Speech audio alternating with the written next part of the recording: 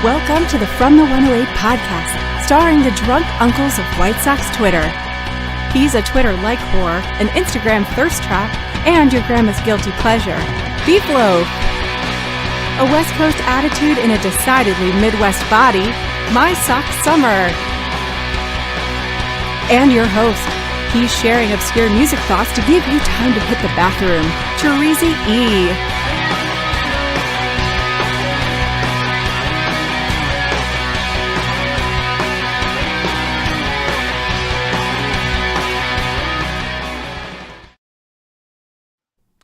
Thank you, Quaranzy. Welcome to the From the 108 podcast. Get ready for some baseball, beer, and bullshit. And remember the drinking rules. If Beeflo says allegedly, or that he made a video about that, you drink. If My Sock Summer mentions his time on the West Coast, or eat some cherries while he's supposed to be talking to me, you drink. Oh, yes.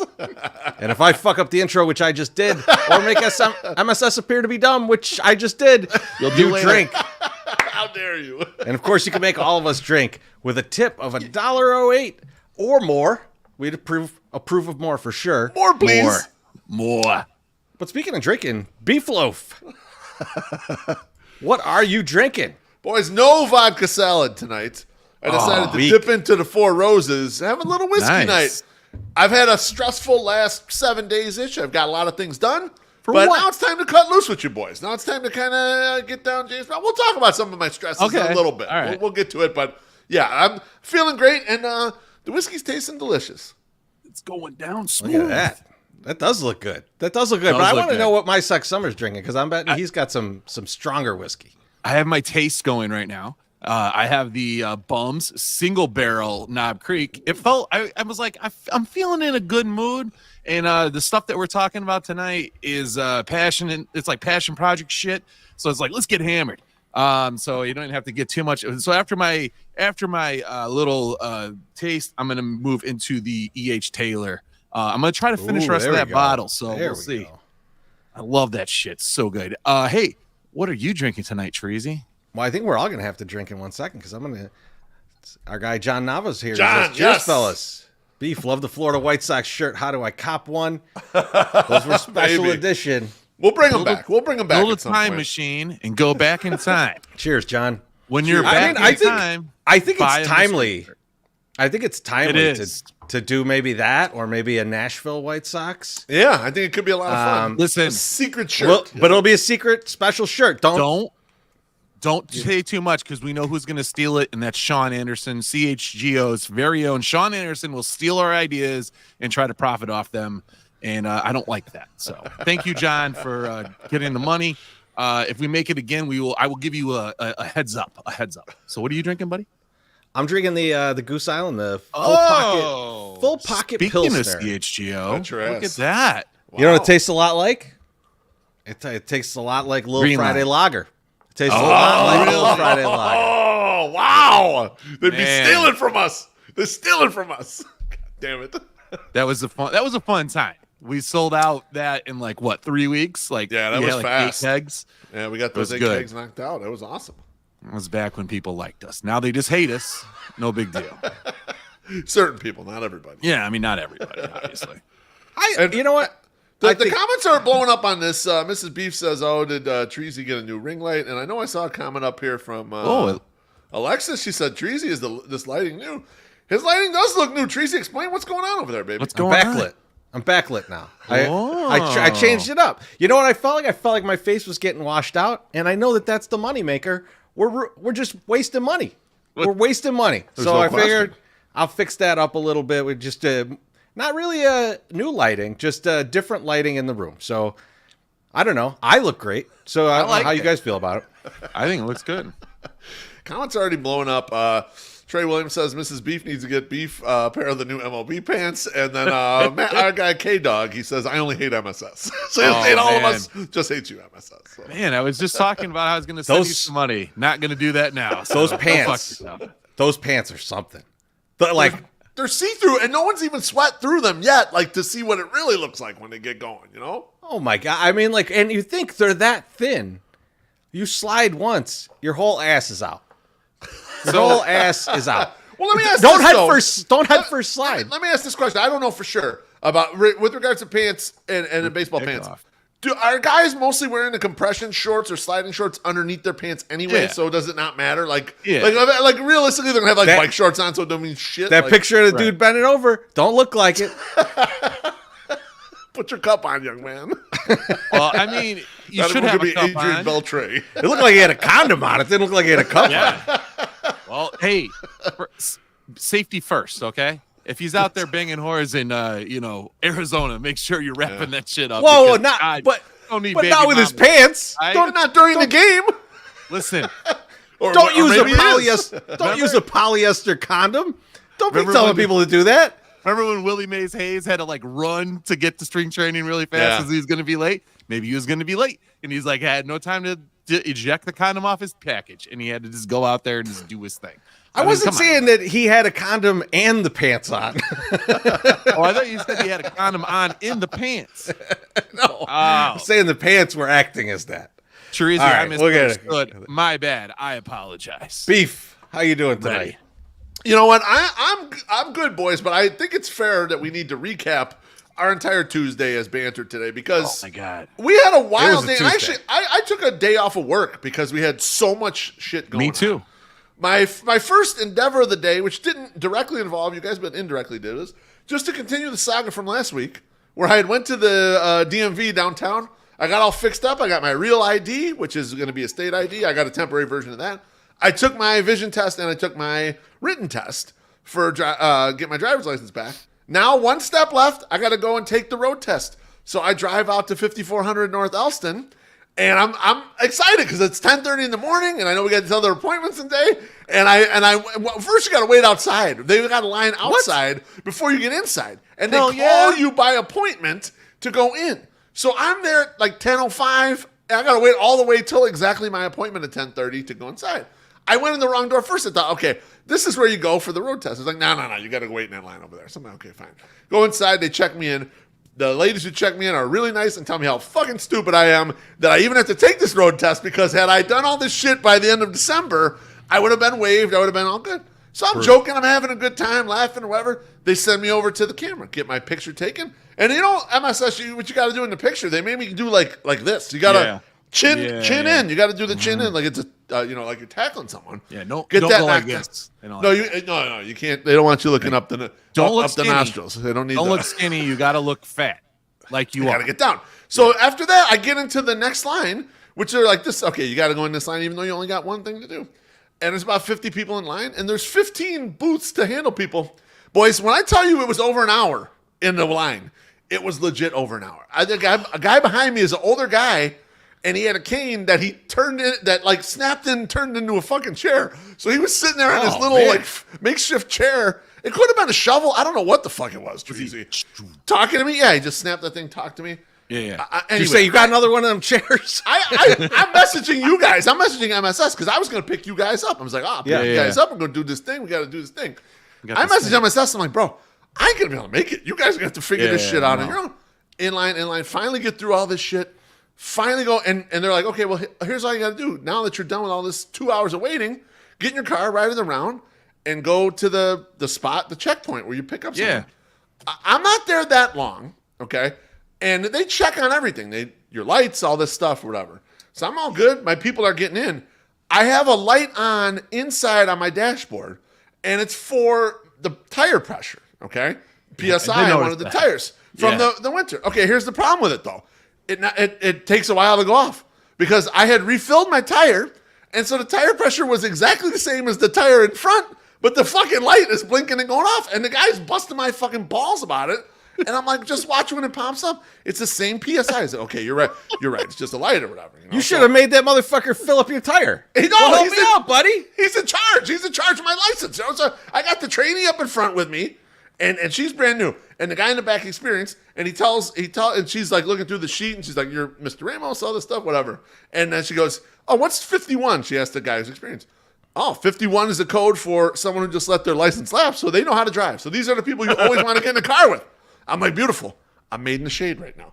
So we go out driving. We're out driving for legitimately 6 minutes. I kid you not. We go around the block. We make a couple turns, all this stuff.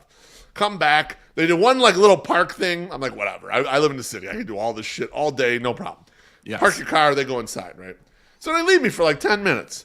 Then they come back. And the guy's like, he's looking at the car, and he's like, oh, he's a White Sox fan, too.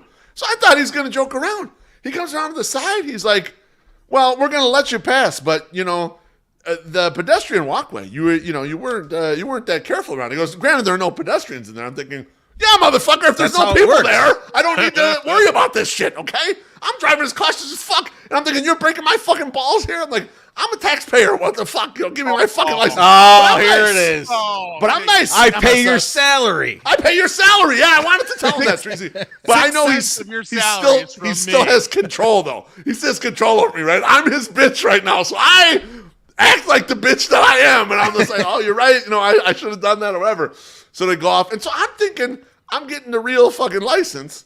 And no, another guy comes over and he goes, oh, you're, it's so-and-so here. It's another paper license. So I have a paper driver's license right now and a fucking paper real ID. So Beef, while you're doing this, I'm picking up MSS now because you're not, right? I fucked up. So I go pick up MSS. First time of the day that I disappoint him, but it won't be the last. I pick him up I'm not in the Mazda. Yeah, he's in the he got in it and he was like, what the fuck? He was genuinely upset. I was like, no one can see us, and we're just going back to my house. It's gonna be fine. And then he's like messing with this. Right, he's messing with the seat and stuff. I thought he was gonna like kick through the window like fucking Carlo in Godfather. And so I was like, is this all the further this shit goes back? Because this is really tight. So we get back there, but like we're sitting there and we're like looking at the thing from you, and I'm like, he's at one of those fake driving test videos, man. You think his tits are out right now? Like, what's going on over there? Did I have a fake taxi cam all of a sudden? Like, what am I doing? What kind of video am I in? Like... So you passed. You passed. Then you beat us. Then I'm like, us to. Well, I'm gonna go straight. So we're going to Barstool Chicago's new studio. We got tapped to do the mid show. The boys asked us to come. Yep. So I go straight there because I'm like, all right, I'm not gonna. You guys have beat me there. And I fucking beat you guys there somehow. You did. Get there, and we all come inside, and now we're kind of waiting around because we know White Sox Dave has a meeting till 1:30. We're there at 1:10 or something like that. Now, lucky we see Danny Conrad, and he lets us in. Danny and Tommy. But Tom doesn't have any idea why we're there. He's just right. He didn't. He saw us and he was like, "Hey guys," but didn't even think I'm gonna let these guys in. He's like, "I want no part of whatever this is." Like he was letting security handle us. Security keep them outside. He was like, I know these guys, but keep them out here. Fuck them. It was not the first time somebody was surprised at seeing our presence there, because Mr. Williams didn't inform anybody that we were coming. And so everyone was like, "Yeah, we just found out you were coming today, like 2 hours ago." Beautiful. We're like, awesome, and we don't discuss it normally and don't tweet it because we don't know if it's going to happen. Right. We could get bumped, and we don't want to be like, "Hey guys, we're going to be on the mid show on Tuesday," because we knew about what? Well, you knew from like last Thursday. Yeah, about a week we knew. Yeah. And we're like, okay, cool, yeah, but.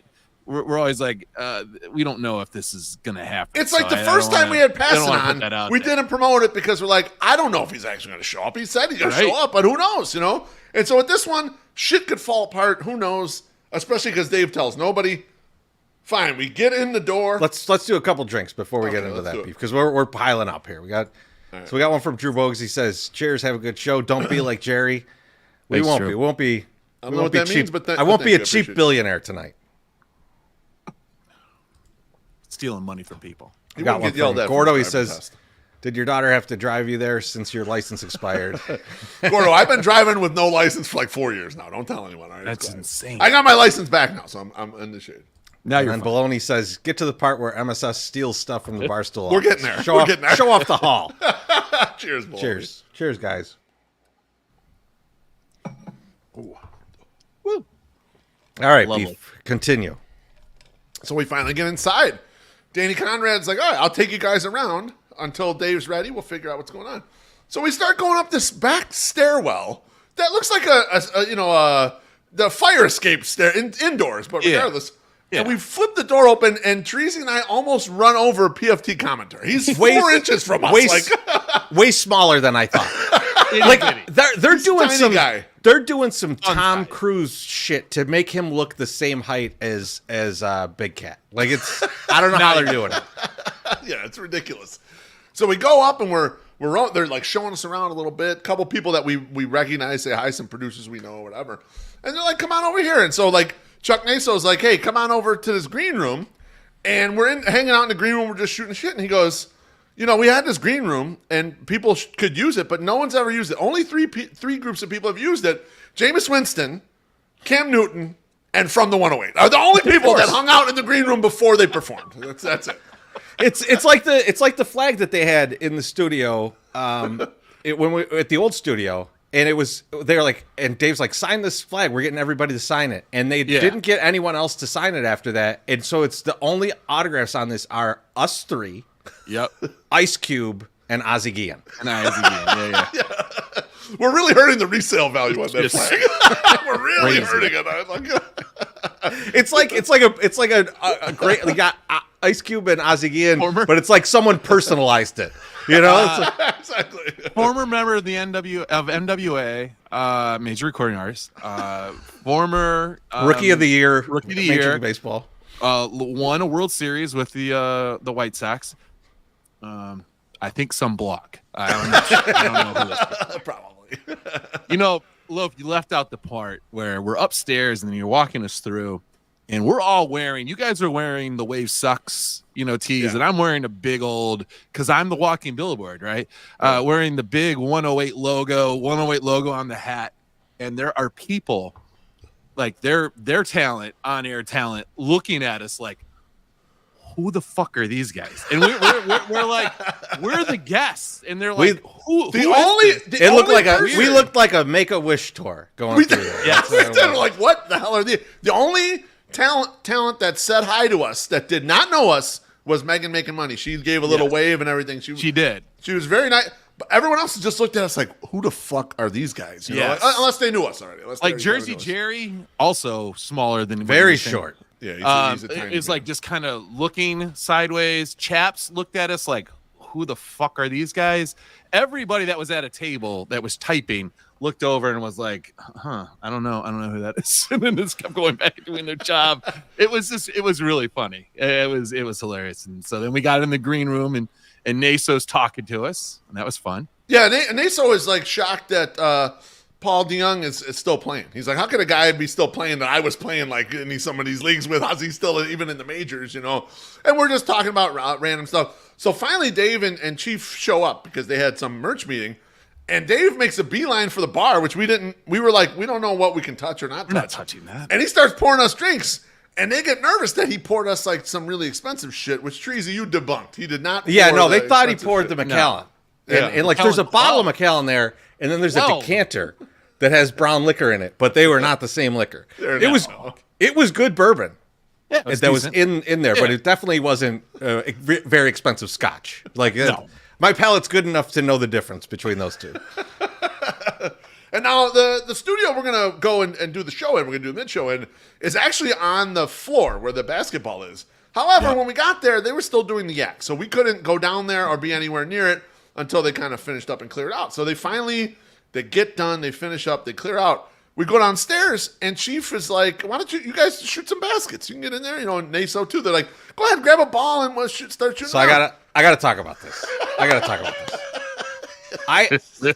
I'm making no excuses here. He's trying to get in front of it right now. I'm making no excuses here. I grab a basketball and I'm like, feels right, man. I haven't touched a basketball in a bit, and I was like, I'm gonna nail this. I shit you not. I threw up an air ball that was like 5 feet. It was wide right. Like when Robbie Gold kicked that field goal in the wind and it just shot out to the side, it was that bad. And Chief and MSS looked at me like Michael Scott when Stanley was playing basketball. Like they were just like, what? So I was like, hold on. I gotta do that again. I take another shot. Worse. Oh, even worse. Oh, so bad. Disaster. So I was like, fuck this. I got to move in. After a while, I got it back. But like that first shot was like, I was like, should I leave? Should I just leave right now? After shot number 2, I've never seen MSS look at you with more disappointment in my entire life. He was looking at you like, what is going on? And then I even asked you, can you see the rim? Like I because it was so far off. It wasn't like you're just a little short, you got no legs in the rubber. It was like, does my man need glasses like immediately because he cannot see a goddamn thing? I was actually nervous about that. I was like, have I lost my depth perception? Like, is the next step I just start walking into walls? Like I miss the seat when I go to sit down? Like, that's how nervous I was. Like when I hit a shot, I was like, I better not shoot again for the rest of the day. Like, this is just like lock it down. You're like a stance, like, go out on a high note. That's it. That's over with. It was weird, and your mom didn't agree with me when I talked about this later, but I was like, the depth perception of it is off because there is a wall back there, but it's further away than what way it far back. In a gym, yeah. Right? That was so I can't take that as an excuse. You're right. MSS it is. Yeah. But after one shot, you should have that adjusted. Like that should be at least hit the rim, right? Like you should at least be hitting the rim. MSS, or something. I should have at least like had a touch of the backboard. Like that's like a little bit. Yeah. It was like I might as well have punted it. That is how bad it was. And I say this because you are always like when they did the free throw contest up there, you're like, this is something that I could do. You're like, I can nail 10 of these, and then when your first few shots are just god awful. I'm like, oh my god, how did you think you could do making free throws? Like this is no way. There's no way you could have done this. And I couldn't do it either. And I had some awful shots too. Like I was not making anything. I was like, this is horrible. I'm shooting horrible too, but I was also in jeans, So I need a redemption game. Well, I was in Doc Martens, so I will say that. You were in Doc. But I was the only one not embarrassing us. Basically, I was the only one not embarrassing. But you've been playing recently. I've been shooting more. I shoot out at Donovan. You go play. You're also a varsity athlete. You were a good bench. That's correct. On the varsity that's team. correct. I didn't even make the bench team, so you're good. You're good. You are our athlete. Oh, look, now Danny Reyes wants to play me in a pickup game, motherfucker. Now we heard about this. I'll practice if we're gonna play, Danny. Danny, you are a slight gentleman, and Terezi's ass will take you right out. That juicy double will be all up over you. You might get stuck between his cheeks. Let's get a few drinks here, fellas. Let's get a few drinks here. We got Southside Bum. He says, "Cheers, gents." Cheers, Johnny. Johnny. Our guy Bardo's in the chat. Hey, happy birthday, by the way. I think happy birthday, right? Bardo. He says, cheers, fellas. Don't forget, fearless, aggressive, selfless, and technically sound. Yes. Oh, we're getting there. We're drinking fast today. We'll talk about that later. Fiercely drinking 120 proof stuff from the Bucks. Daniel Pierce says, just going to say it. Jerry's rationale is so coated in so much disturbing trash that I'm going to need y'all to pull out more merch, support fans, nothing more. We'll get there. Jerry can't hurt me with any of his coded language. Come on. So, a couple last things here. What did you guys think of actually doing the show, the mid-show? Because we have done Redline Radio in the past, but we've only did it with Dave, basically. Yeah. This was with the whole crew. So what did you guys think about that? Yeah, too much Wally. There was. I feel like about Wally way too much. I feel like we broke a lot of radio podcast rules that was I think was making Danny die inside. Yes. Every time we talked about the White Sox, I saw like Eddie's eyes just go dead. But I feel like Chief was very engaging and wanted to. He was actually interested in the White Sox talk. Yeah. Like he wanted to. I felt like he wanted to pick on us about the White Sox, which is fine because we deserve it. Easy. But like yeah. But at the same time, at least he was the most engaging. I felt like out of the three other guys. Chief? But Eddie runs a great show, so I knew it was going to be fantastic. That's what I was going to say. Eddie's like such a chaotic thing. He's like Magic Johnson, passing the ball around and moving things and getting people to go in other directions. I was really impressed. Not having done the only time we did anything with Eddie, we had him on Festivus. And we talked to him for a minute, but he was really just like laughing at Truckerson 62 and like other weird shit that was going on. So he wasn't as engaged. He wasn't running the thing. This was right. He's navigating he's a 7-way dance. And, yes. And of all people, like everyone in that group is like someone who wants to talk. and who has something to say and will talk over somebody if they need to make their point. Like that's the whole group, all 6 of us that weren't Eddie. Yep. And man, he navigates so well, man. It's very impressive. Yeah, no, and you were a good, and I know this is probably not a good analogy, but you were a good shooting guard. You were a good number 2 to him, because you shot a couple passes to him and he nailed it. Like, I mean, it was, you were like, hey, such and such, and he's like, you know what, you're right.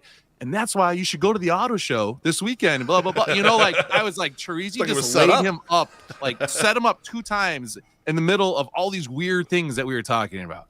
But I can't take much credit for that, man. That's that's like B.J. Armstrong throwing an alley-oop to Scottie Pippen. Hey, man, you were still, B.J. Armstrong still got rings, man. I mean, he still has rings. That's true. My parents, most handsome I sent my parents the link, and my mom sends me back a message almost immediately, or not almost immediately, like about 20 minutes in. She goes, "Man, there's a lot of hair talk about you." And I was like, yeah, I guess Eddie is very excited about my hair. Yeah, this is not the first time he's gone off on, man, you could be Rob Van Dam. You know who that is? And I'm like, no, I still don't know who Rob Van Dam is. The look on your face was like, I have no clue who this is. I didn't know either. I didn't know who he was talking about either. It was a time when we were in college. You know, I was not watching professional wrestling. I figured it was a big white guy with a hat. Is that who it is? Alexis, you're goddamn right. I did not embarrass Coach White out there. Okay, I look like I could play, unlike these guys. Hey, Coach White. He doesn't remember who I am. I'm not draining shit for him. We're sitting there, and I don't want to peel out the onion too far, but there are seats all there, and then there are microphones. And they just put you in there and you sit wherever you want. And then there's a TV in front so you can see what the cameras are showing. And so you could get locked in looking at yourself or somebody else on there. And I stopped, I had to stop. But when then I'm looking up and we're on the show and we're talking about who the fuck knows. And then there's Big Cat just walking around on the floor, like texting people. And you're just like, this is really happening. Like, this is a real thing. Like, Chicago wasn't like that, right? Like, you had Carl like walk by and wave or something, you know, or you had Eddie walk by and wave. It wasn't as big as this. This was huge, and it was fun. Just had a great time. Now, Loaf, you did say you wondered why they still like bring us onto these things. Yeah. And I wanted to tell you why. And during the show, the look on Dave's face the entire time we're in there, other than we talked about really bad White Sox stuff, there was a smile from this ear all the way over to the other ear. He enjoys each top of his beard. He was smiling the entire fucking time. And it's because, first off, I know this isn't going to be lost on our audience whatsoever, especially ones that listen to this podcast early in our careers when we would go for 4 hours. We can talk about anything and at length. So if you need to fill time, especially like a 2-hour live show in the middle of the afternoon on a Tuesday, we're one of the best groups to do it. Now, there's another thing, though. We're entertaining, but we're also a triple threat. We have a smart guy, or 2 smart guys, and you got me. And but I can talk about 2 things, right? And we all have like different specialties, right? Like, he's not gonna. He could say this to somebody else, but he's not gonna talk about illicit drugs with Loaf, right? That's just not gonna happen. That's my territory. Yeah. When we talk about really, accounting or doing numbers or trying to do stats. When I tell him not to say stuff, and he still says that accounting piece. You guys can handle that, right? So you guys, I mean, we're a triple threat. We fill time, and we're fucking beautiful. That's why we were there, and that's why we still get the invite, and they bring us in. And we don't steal anybody's stuff. I know that's going to be, that was a topic of conversation. What did I steal? Dave was like, come here, let's go to the merch area. We went to the merch area. Yep. And first off, there's not a lot of XX stuff. Okay. So I'm like, Dave, I don't need anything. But the one thing that was a XX was one of this t-shirt or one of the sweatshirts, a Carhartt sweatshirt, really nice, but it was Super Bowl champions 49ers sweatshirt from this last year. And I'm like, you should have taken that. I can't take this because I don't know if I'm supposed to take this. You took 400 pounds of like the fake gummy shit the last time. This time you're like, God. Yes, I can't take this one hoodie that's obviously no one's going to wear. I took nothing. Because I don't want to. This is a whole different regime, you know, and I don't want to, like, they're going to be like, oh my God, I can't believe that they're going to fucking put him, you know, you can't put him back on the show. He stole the sweatshirt from the 49ers and then it got all over the place and now we're laughing stocks. And stole it from the 49ers. It's like George Kittle was walking through, to grab his sweater, and you fucking stole it. It was a sweet fucking sweatshirt. Don't get me wrong, but there was also another one for Kansas City, and it was like something win game parade repeat, and I was like, ooh, I don't think you should sell this one now. Like I don't know if the Kansas City parade shirt is going to do very well. So yeah, it was a little rough, but other than that, it was a fun time. I didn't steal anything. I didn't take anything. After that, all three of us go to your daughter's championship basketball game. Yeah, so Bonita has championship game at Crane High School. We all go because we're like, all right, we just getting out of here, and then like I'm going to give MSS a ride home. We're going to this goddamn game first. And I'll tell you what, they were overmatched. They played a better team. Bonita, though, she had her game tight the entire way. The problem was they just were out-talented, and they took their best player out of the game for like 5 minutes in the middle, and that really blew like that. They were losing, but it was close, and then they were getting blown out by halftime because their best player had to go on the bench for a little bit. They played this even in the second half, but not enough. So my daughter's team had a great season, though. Really proud of them, how hard they played. It was fun to watch them play. I didn't. Yeah, that was. I mean, I was very proud of her because they started out like it was rough at the beginning of the year, and like to see them make it all the way to the championship. MSS, you unfortunately missed the great run they had like the 2 weekends before. But yeah, it was a tough game. Everybody gets their ass beat though sometimes. You know, like sometimes you airball a shot by 40 feet. You know, it never know. To the best of us. It was interesting to watch, and you know when you see a team and the other team was just like starting to whoop ass, like it happens, and you've been in that position, and you know you're young. And you're trying to do the things that your coach is telling you to do. So you saw the girls overthinking everything at that point because they're like, shit, I got to get here. Oh, I got to box out. Oh, and then they're not playing anymore. And so they had a lot of heart. They kept going at it. They didn't quit. None of them were crying. You know, it was good. You know, like, and at the end of the game, the two girls that were like running around screaming, yes, it's over. Like, we don't have to do this anymore. It was like my favorite part of the whole game because I was like, I was definitely you in 7th grade. I was like, yes, the season's over. I don't have to do this. I can stay home and play fucking Nintendo. This is great. So after that, I told you guys, I was like, yeah, me and Quernsey had a play we were going to. And we was like, well, did you actually go? So here's the thing. We're like, okay, we can make it. We go, we get some food. We go and we go to the theater and we're watching it and it's intermission. And Quernsey turns to me and she's like, do you want to go?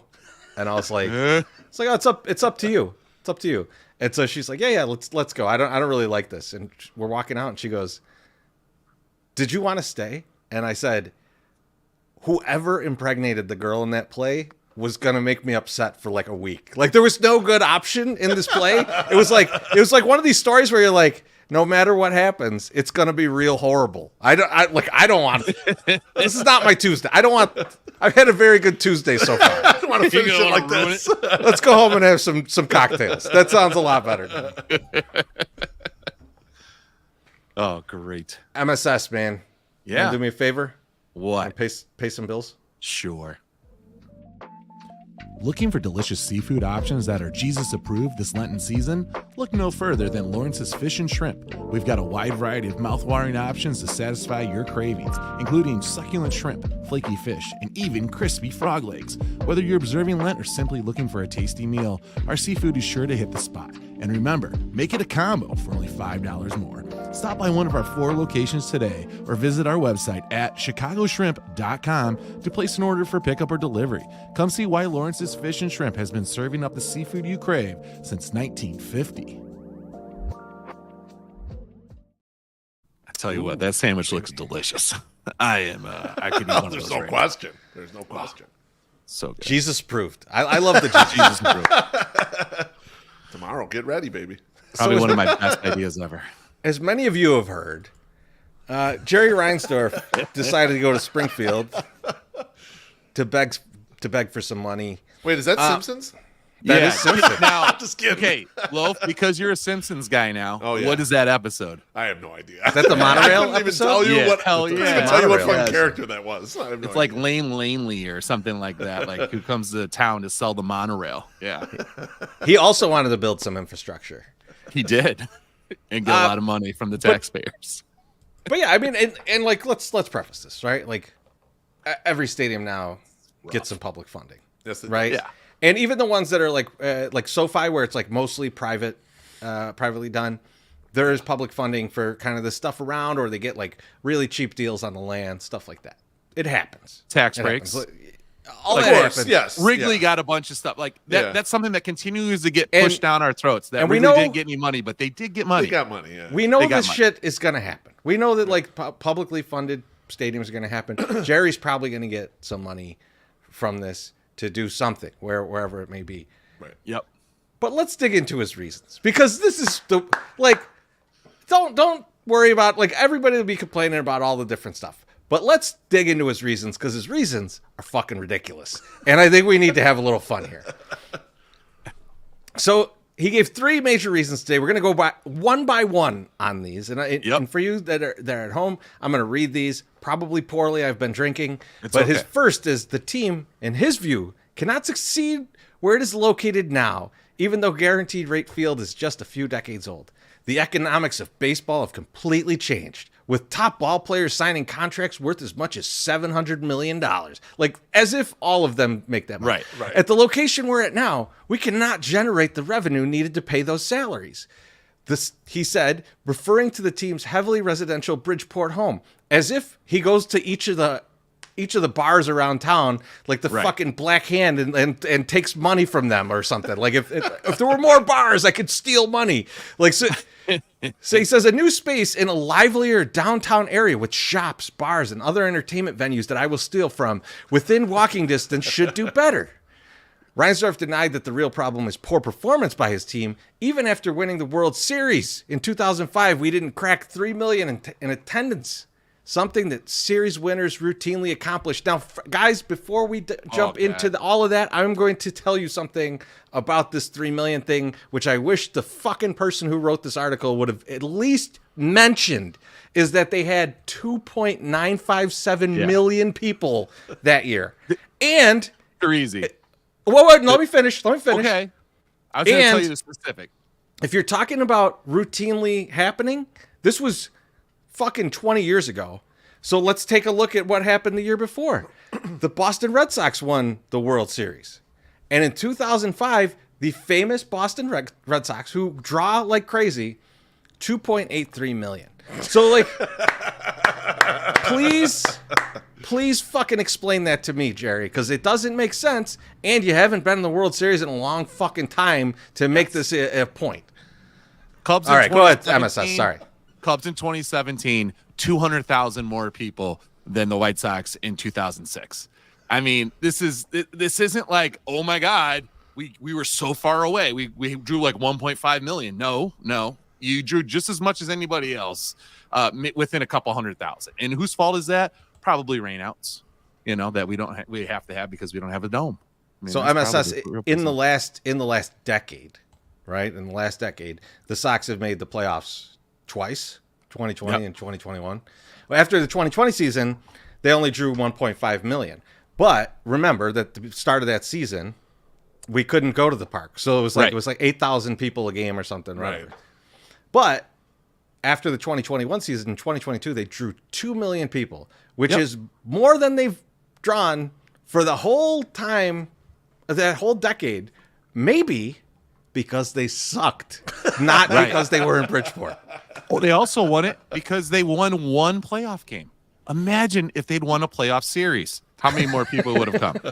I mean, our good guy, our little friend there, Shy Sox Mike, was like, listing off all these players and all their new places that they're at, and then made like a sad SpongeBob face, and was like, those guys are responsible for 2 playoff victories when they're all on the same team. Why? How did you make the balloons? How did you make the balloons? I have no idea. I just went like this.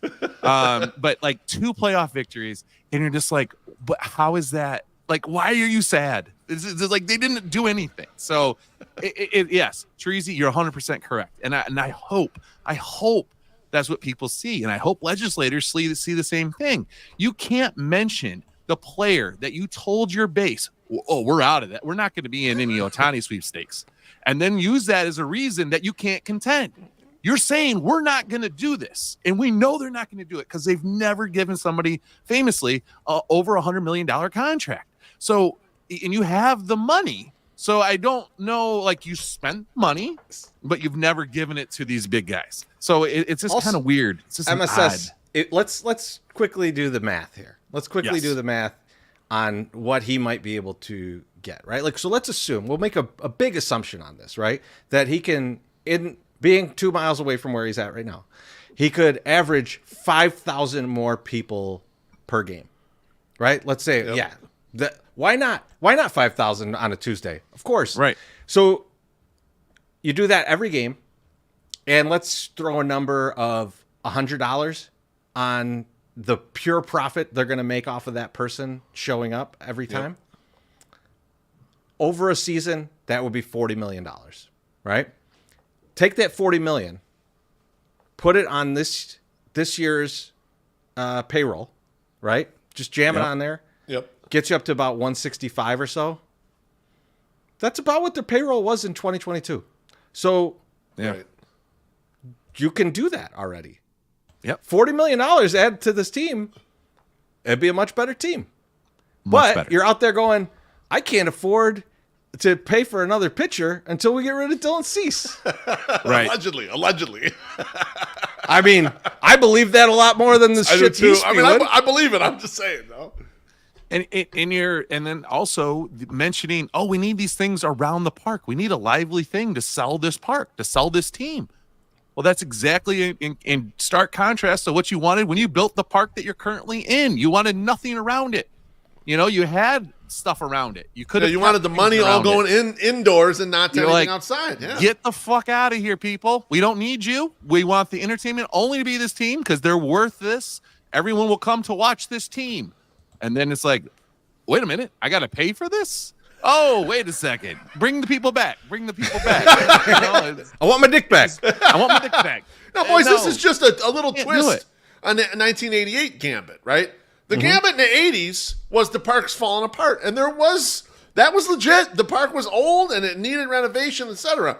He can't say that about Guaranteed Rate Field because not only is it young, but it's gotten a lot of restoration. It's gotten a lot of TI work. They changed the upper deck. They're fixing constantly. We might have a little bit of a rat problem at 108, but other than that, it seems like it's in decent shape. I wish he would have went with that. He's got to change something else. Yeah, I mean, if he said it's infested with rats, so many rats, cannot get out of there. Now so many rats, it's believable. But and there's a video on the internet of it.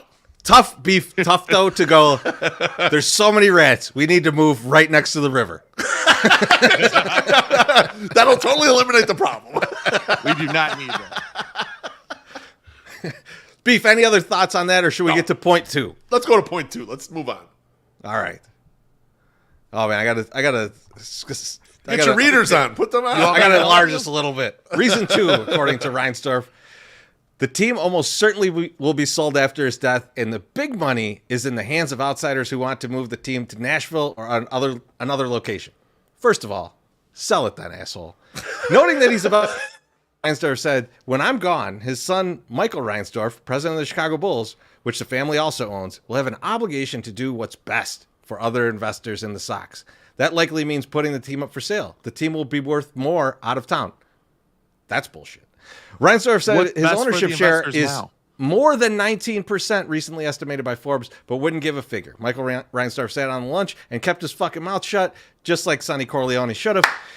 Reinsdorf's prediction that the city will lose the team without a new stadium may give him some leverage with lawmakers, if they're stupid, who are reluctant to offer subsidies to a wealthy man. However, it is reminiscent of what happened 30 years ago when then Governor James Thompson agreed to use state funds, and Sam Panayotovich's dad convinced everyone to do it. To build what is now a guaranteed rate field next to team's longtime Comiskey Park home. Amid talk, the team was ready to move to Florida. Yep. All right. First, great D. Brown callback, there, buddy. Great callback beef with the Florida White Sox today. First of all, and we talked about this on the mid show, but like the person that we all keep hearing is probably front and center of who might buy this team is Melody Hobson. Just sell it to her. Just get this over with, and like let's move on. Right? She's going to keep the team in Chicago. She don't want to go to Nashville. She's a Chicago person. Right. I think that's the part to me that's like, who wants the team in Nashville? How are you going to say, like, you know what? We can't get enough people in Chicago. We need to go to the place with a fifth of the population of Chicago. Less people. And you know what? The owners are going to be all over that. The owners are going to be like, yes, we're having trouble with these RSNs. Let's go to a really small place. And also, let's get in there. Fan base. Let's get in there and cuck our expansion fee. We're going to get $1 billion in expansion. No, let's not do that. We'll let the White Sox move there instead. Fuck our expansion fee. Sure, that'll happen. Yeah, no. And now, who's the lady that you're talking about, Teresi, for people that maybe don't know who that is? So Melody Hobson, she's done a lot in her career. She's been the CEO of a lot of places. She came up in Chicago, University of Chicago grad. She's married to George Lucas. Yes. But that's not even like where the money's coming from. She is self-made. She's got a lot of fucking money. Yeah, it's Ariel Investments was her firm. And actually, one of Mrs. Beef's close friends worked there for like 20 years. I mean, like, it's a well-known firm. Yeah, Ariel Capital. There it is. Ariel Capital Management. And so there's been rumors around that she was buying up some of the minority shares from the different owners, because there's like 50 owners of the White Sox. Yeah, like I know that's why they call Jerry chairman of the board, because there is a lot of fucking owners. Now he's got the majority still, but it's like he mentions here, Forbes has got him under 20%. He says he's got more than that, but won't say how much more. I know the Reinsdorf kids were buying up shares not too long ago, allegedly, probably knowing that they're going to sell. Yeah, I mean, like this is all like prime this time, is all right? This is all things you hear. Like, so I'm not. Oh, you need I don't cash? have evidence of all this. They don't make this public, right? Like so. How much does Steve Stone make again? I mean, now I don't know, but 2019 we have some info on. Check out the mid show. Actually, do check out the mid show, man. Get those clicks up, so we look good. You know, help us look good. Sure. Yeah, I mean, Teresi, I agree 100% with you. This isn't 1988 anymore. Like, we know the data. You're right. The RSNs are dying. You need bigger markets to handle this. The markets for expansion are weak as fuck right now. Yep. Like, everyone's looking at Montreal because it's really the biggest city. But then you just saw how the team floundered at the end there, so people are a little apprehensive. Nashville has their hand in there. They want an expansion team. But you're right. They have such a small population. It's hard to figure out where the next place is going to be. Not to mention, Oakland's still not settled. They may go to Las Vegas. They might not. Tampa, in a way, is still not completely settled. You have other markets that, like, if they're going to move someone, it's them. It ain't this market. They're not. No one's going to get this gift horse and say, oh, yeah, let's move somewhere else. It just seems like an improbable thing. But it's one of those things where if Jerry thinks some small percentage of the people that are in charge of this money might believe it, why not float it out there, even though he knows the educated fan realizes this is an impossibility. Or Bruce Levine. He knows that it's a done deal. It's a done deal, guys. If you don't buy him a new stadium, the new owner he's going to move the team right away. Well, maybe we'll like the new owner because the new owner might give out a couple bucks. Now, I wrote a little blog. I know that it was read by a lot of yous. But yeah, that was like one of my main things is like, why are we going to allow the guy that fucked up the stadium when he was given the reins the first time a second chance, a do-over to build another stadium that might not necessarily be what the next owner wants? I want to see an owner come in, maybe spend a couple bucks, maybe try to win a division series, maybe try to win your division, and maybe try to win a playoff series, maybe try to continue to go. And then maybe we'll say, you know what? you're right. You do deserve some more money because you're going to invest back into this and do it. Because right now, I hear a sucking sound from 35th in Shields. Like, it is just sucking all our money away. And they're already, like, you can feel it. I can feel it from, at least from Jerry. I've given up on this already, and I want something new, and I'm going to go here, and I'm not even going to consider anything that's going to be here, that's fine. Right. And I don't need to bring up Lawrence Holmes talking about, oh, you're taking a number 2. We can say shit on this. He's taking a shit on Bridgeport. But Lawrence, you're not supposed to care about the White Sox anymore. That's you're right. you got a new thing now. So don't sit here and be like, oh, I'm interviewing people to be a new fan of a new team. And then say, don't shit on Bridgeport. Fuck you. Yeah. You're shitting on Bridgeport as we speak. Dodgers baseball. Go enjoy. Going to be a fun night at Ramova. You guys should get your tickets. I might start yelling at Lawrence when he is up on the stage. You are not a White Sox fan. Please leave. But no, I won't, because he can do his thing. There you go. Click on that QR code if you're watching on the YouTube. Hit that shit. That's right. But yeah, no, seriously. Like, you can sit there and talk bad about us. I don't care, because I consider the source. I don't feel the organization feels the same way about the neighborhood or the people in it or the people in the city. That is not the White Sox. That is Jerry talking. My Sox summer, I'm going to assume Jerry doesn't even feel that way about it, because Jerry right now is negotiating. He's trying to get his money. People who haven't really worked in business don't know a person like this, but I'm sure, Teresa, you do, and I've known people like this. They might be totally nice in person, whatever. When it comes to negotiating for some shit, they will cut everyone's throat to make sure that they get the deal that they want. Yes. And some people are like that. And Jerry Reinsdorf strikes me as that kind of guy when he's in a negotiation. And so all of this shit rolls right off my back. It's like, he's not saying anything bad about us. What he's saying is, I really want that new stadium. I'll do whatever I can to get it. And Beef, I had a guy in a negotiation of just, this is just of time. This is just a time negotiation where I was like, what you're asking for, we can't deliver in that amount of time. And he was like, what if I fired all of you and just hired new people to do it? Yeah, exactly. Who says shit like that? Only people who are trying to negotiate. Are we going to fight? Real quick, I want to touch on this from the expansion part. John Nava says, how about the Mexico City cartels? Dude, me and Beef are big proponents of there needs to be a team in Mexico City. Absolutely. Please look at the Mexican League and look at the Mexico City team stats, because they're way the fuck up there. Like, this is where, like, old Mexican players go at the end of their career. Like, think about like a Frank Thomas playing at like 55 years old and hitting like 60 home runs, because the ball they're is like just 10,000 feet altitude, so everything is way higher, way higher than where the Rockies are. That's right. That team needs to happen. That team needs to happen. We definitely need La Fama Blanca. That would be awesome. We need that back. Yes. I love that. Tremendous. What's the third part, Cherizy? What's the third thing Jerry bestowed upon the people in Springfield? You know what, MSS? Thank you for keeping me on track, baby. I love it. I love it. I think you took a little something from Eddie, hanging out with him. Like, I don't want to keep yelling about the same thing. I'm feeling good. Reinsdorf's third reason why a subsidy is arguably in the public's best interest. Come on now. The stadium would serve as an anchor for the now stalled the 78, providing projected $4 billion in economic impact and $200 million each year in tax revenue. By the way, they said it's going to cost at least $4 billion to build. We're like, hey guys, we're going to break even on this. At the end of the day, the benefits to the city and state are going to outweigh the cost, Reinsdorf asserted. Sure, but why do you get to be the beneficiary of it? This is not just a ballpark. This is the development of which the ballpark is the anchor.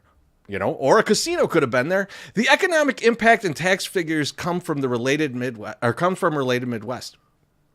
Which seems weird because they're the ones building it. A spokesman for the real estate developer said the estimates are based on private studies, but declined to immediately say who did the studies or to release the studies. So this is just basically like, guys, this is going to be worth a lot of money. Trust me. I was going to say, source, trust me, bro. No sources. No footnotes, no nothing. Just like, here's some numbers, blah. It's like all those white papers you read about, like how these things never pay back what they've taken. We have a study that says it does. Well, let's see that study. No. Yeah.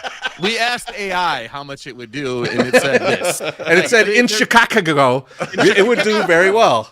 It will be this profitable, we think. We're pretty sure. So yeah, no, I mean that is harsh, and like of course the numbers are we're trying to sell something again, right? Loaf, is you're gonna put your best foot forward. Yeah. You're gonna tell them immediately how great it's gonna do. Now listen, when I sell the 108 tournament, do I tell people I don't know if this is gonna benefit you? I don't know if this is gonna happen. Absolutely not. I say, Riz, I'm going to sell a fucking house for you, buddy. Give me some money, and I tell Justin over at Wings and Rings, hey, buddy, I'm going to sell you 18 million wings, and then if it doesn't happen, I go, Sock's fault. Sock sucked. No one wanted to come over to your place. I'm sorry. So yeah, no, it's just, they're going to put their best foot forward and they're going to say all this shit. But I don't like the undertone in the if you're going to lose out, you're going to lose out on something great. Because what it makes me think, how it makes me react is like, good. Just like you guys were saying, sell it. Okay, go. See ya. Because if you don't want to be here, I don't want you to be here. MSS. Look Wings who's Rings in the comments. Show me the money, he says. We're definitely going to get those 18 million wings sold this year, Justin. Don't you worry about it, definitely buddy. Getting you in front of a lot of people. Well, you know what? Let me flip on the other side for this one. Because actually, I think this is the one point that has a little bit of validity to it. This is the spot where they have leverage, in my personal opinion. And here's why. That area right there has been trying to be developed for 40 plus years, and they haven't gotten shit done. And part of the reason they haven't gotten shit done, I assume, is that on its own, no private money is going to be enough to just get it off the ground or profitable enough. There is some ink of truth there that putting an anchor tenant in there will make the thing go with regards to private money coming in kind of after the public money. We'll see. This is just hypothesizing. Yeah. And Jerry has one of the toys that could be a big anchor tenant. Like you mentioned, Treasy, a casino would have been a good idea too. Like those are kind of the things that could be the anchor tenant that maybe could get the public money that unlocks the private money. Because right now the private money sees it as either too risky or too expensive or whatever and can't get the proper ROI to do it. So I think this is where the one spot where they got some leverage. But by playing the other hand so badly, I don't like it. He's hiding the one thing that actually kind of makes a little bit of sense. Even if you don't want to give him any fucking money, you can kind of understand, the city would like to unlock this. The state would like to unlock this. And yeah, maybe you would have a deferral on what you can earn off this for 5 years or 10 years or whatever, as long as they gave whoever the fuck palms needed to be greased. But eventually it would be a thing, and you can't get it off the ground otherwise. Beef, I think the point that should be made here by him is that in order to unlock this part of the city, there's infrastructure that has to go in. So we're not asking for that money. You need to spend that money already. Right. Like that is the money that you already have. You already have some of this set aside, and you're going to be spending it. We're not asking for that. We're asking to put something there that people will gravitate towards, and then make it worth doing all of that work. You say it like that, it seems a little bit more reasonable. It's sort of like what we were talking about at the very beginning of like SoFi, where it was a privately funded stadium, or mostly privately funded, but like all the stuff around it they had to build because they're like building kind of in the middle of nowhere in LA. Right. Like you got to build new roads and shit, which is what they'd have to do here. Like he's not making that point. He's just going like, we've got these studies. I've got this guy, not sure. And he's going to fix everything, and he's going to do it in 1 week. Well, you don't know how much the story, because this is a story from Cranes, where we clipped a bunch of these quotes. You know how much of the story is guided by the writer of the story, and how much of it is pure quotes and not, and how much was communicated as is. But regardless, I agree with you, Treasy. And one thing about, we were talking about the study at the beginning, you can bet that study is going to show you two things. One, that you need the maximum amount of money from the state. So they're going to flash the number of the most possible they think they could get. And the economic benefit's going to be absolutely as high as they think it's possible. So those are your two limits you're shooting at, both probably unrealistic with regards to the project. But Beef, I did think it was interesting. It's like in Kingpin when he tells Woody Harrelson, smoking's bad for you. He's like, who has done more studies on this than the good people at the tobacco company? They say it's fine. Exactly right. I brought up Ian Smith's comment, and he said it's all a song and dance to increase franchise value to then sell, and that's correct, right? Yeah, 100%. We know this, and it's 100% right. Call. We shouldn't have to pay for that. Or if we do pay for it, he should be able to pay it back when he gets the money, right? And like somebody proposed to me, like when we were putting this stuff up and the blog went out. Read my blog, please. And like he said, would you rather Jerry ask for money to sign people to your team? And I was like, absolutely, because that benefits me as a fan. A new stadium doesn't really benefit me. Like, I mean, I can walk over to the stadium there right now. So John's hitting him. But yeah, no, John's hitting him out of the park tonight. Like, John's all over it.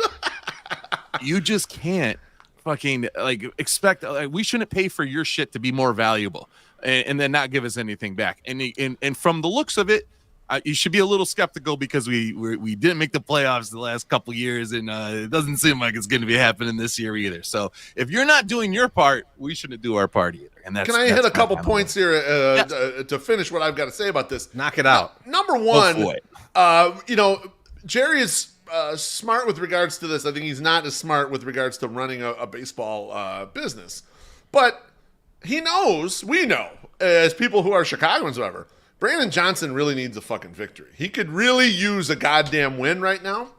And so, like, he's in a little bit of a vulnerable position. And then I saw a tweet from our guy, Brian Billick. And Brian Billick pointed out something that I wasn't really thinking about, but it's totally true, about how big of a political donor Jerry is. Yeah. Also across party lines. It does not matter. So he's been putting money in the pockets of these politicians. He's the Green Party. Over time. And he's like, well, now's the time to call in those favors. And so when you look at what's he doing for me, it's more what's he done for them who could this sort of thing.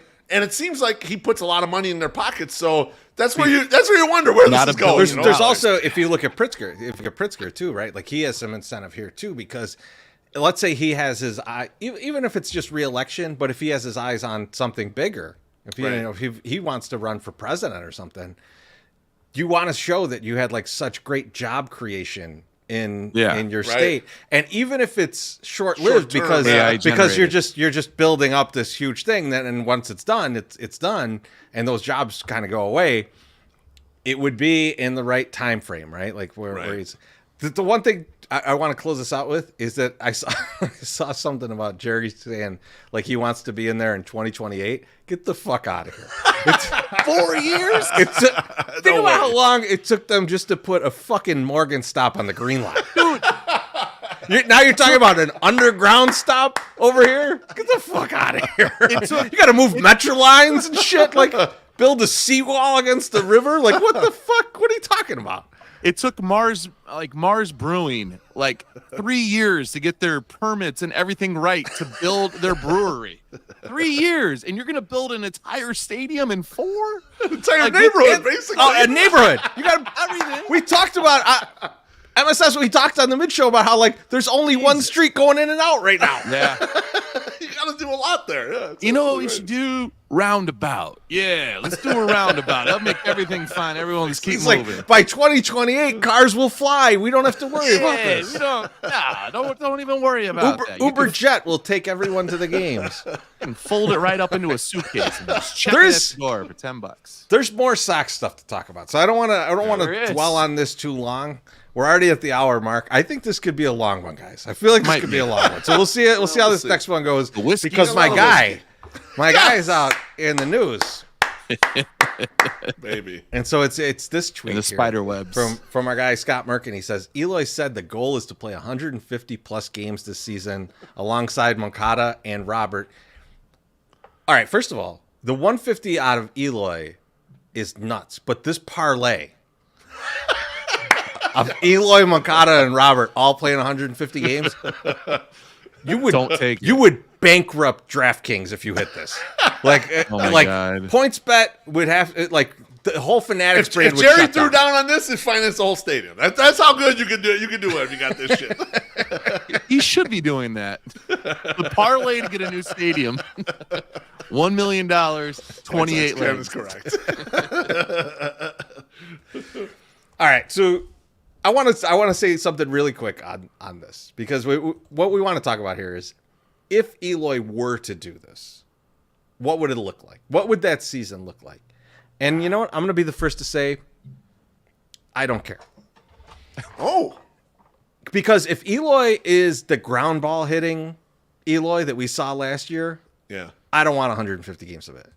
I would rather have 100 games of the Eloy that hits the ball in the air, because I think the home runs are equal and the outs that he would produce are way higher in the 150 hitting ground balls. So all I want, Eloy, take half the season off, man. Fucking hit the ball in the air. Hit the ball in the fucking air Already? God damn it. I agree with half your argument there, Treasy, but can he hit the ball in the air for a whole season? I like the what first the half fuck? too. I don't know. That's a lot of running. That's a lot of running on those legs. Should be jogging. He should be jogging around those bases. What are you running? Get the fuck out of here. CHGO's Vinny Duber put up a video. Loaf, you retweeted it and said that the Sox were sliding on a sleeping bag. That's what it looked like to me. I tried to cut a video, did a screen capture and record, and fucked it up.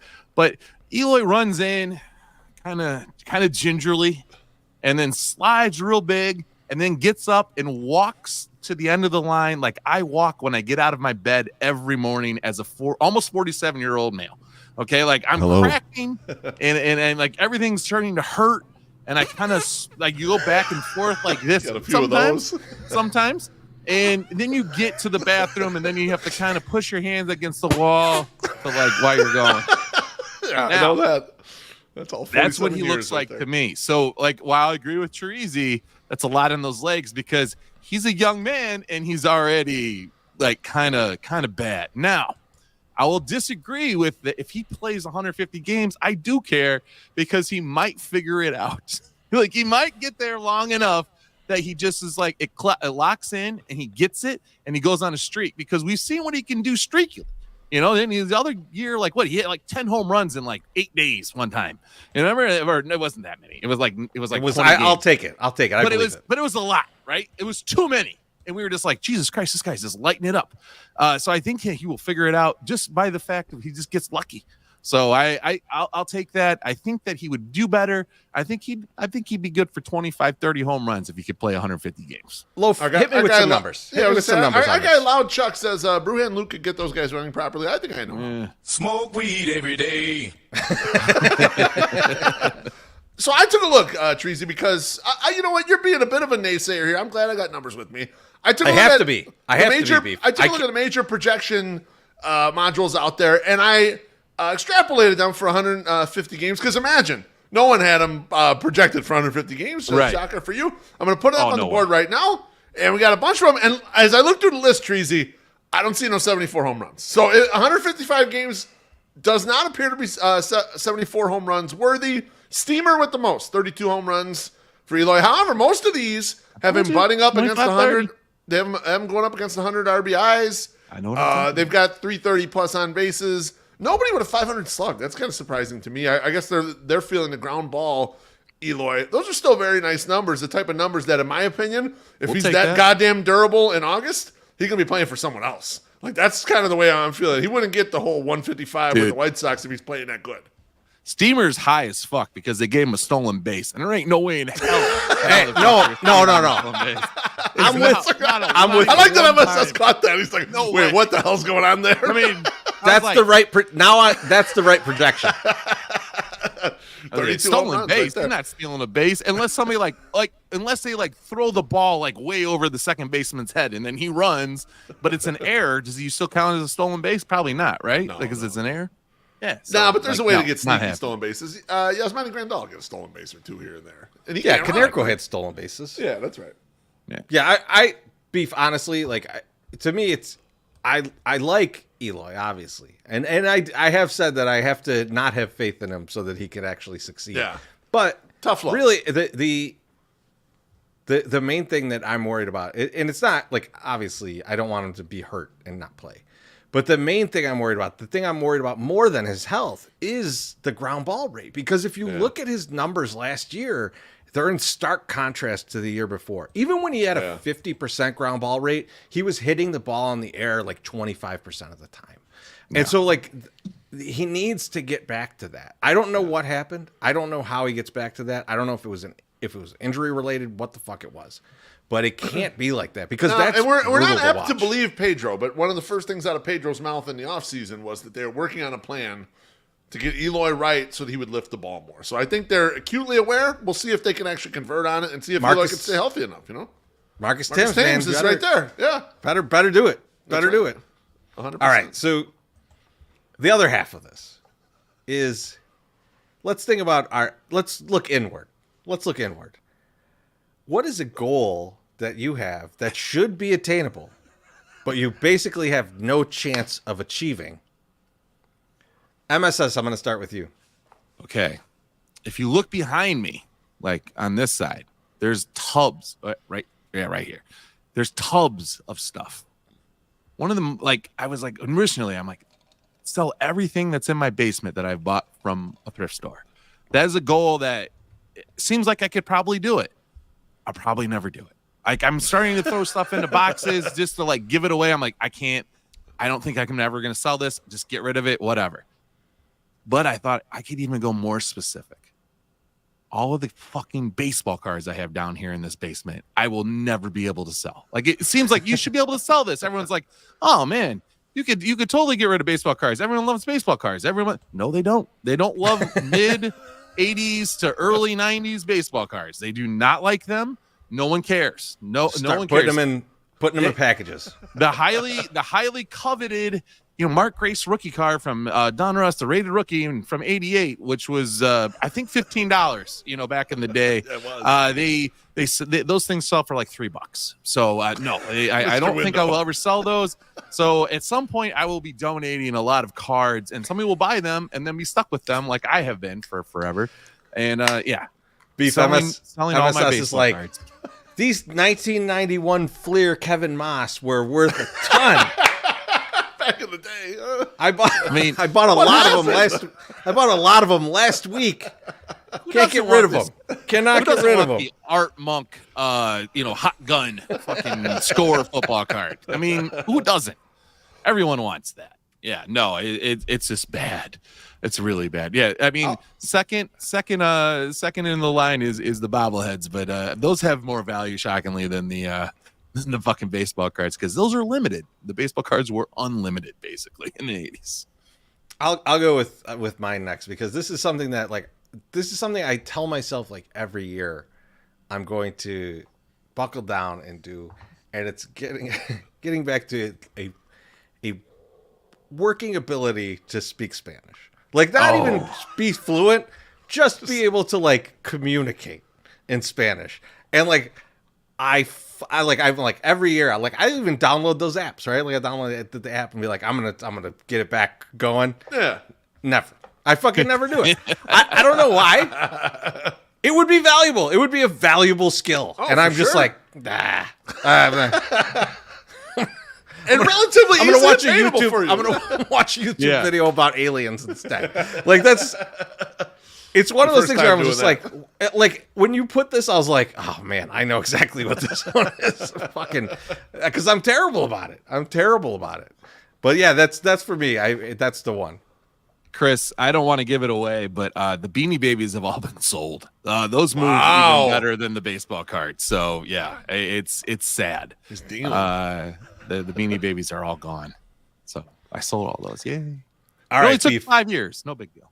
Beef, give us yours. What's yours? Look, you guys know I'm a huge degenerate, but I'm not going with any of that. The thing I'm most goddamn embarrassed about, and it should be easily attainable, is selling all these goddamn Ramova tickets. And you know what? Let me tell you something. All right, let me defend this bit right here. I'm not mad at the Sox machine guys, okay? Because really, we're kind of the media machine, right?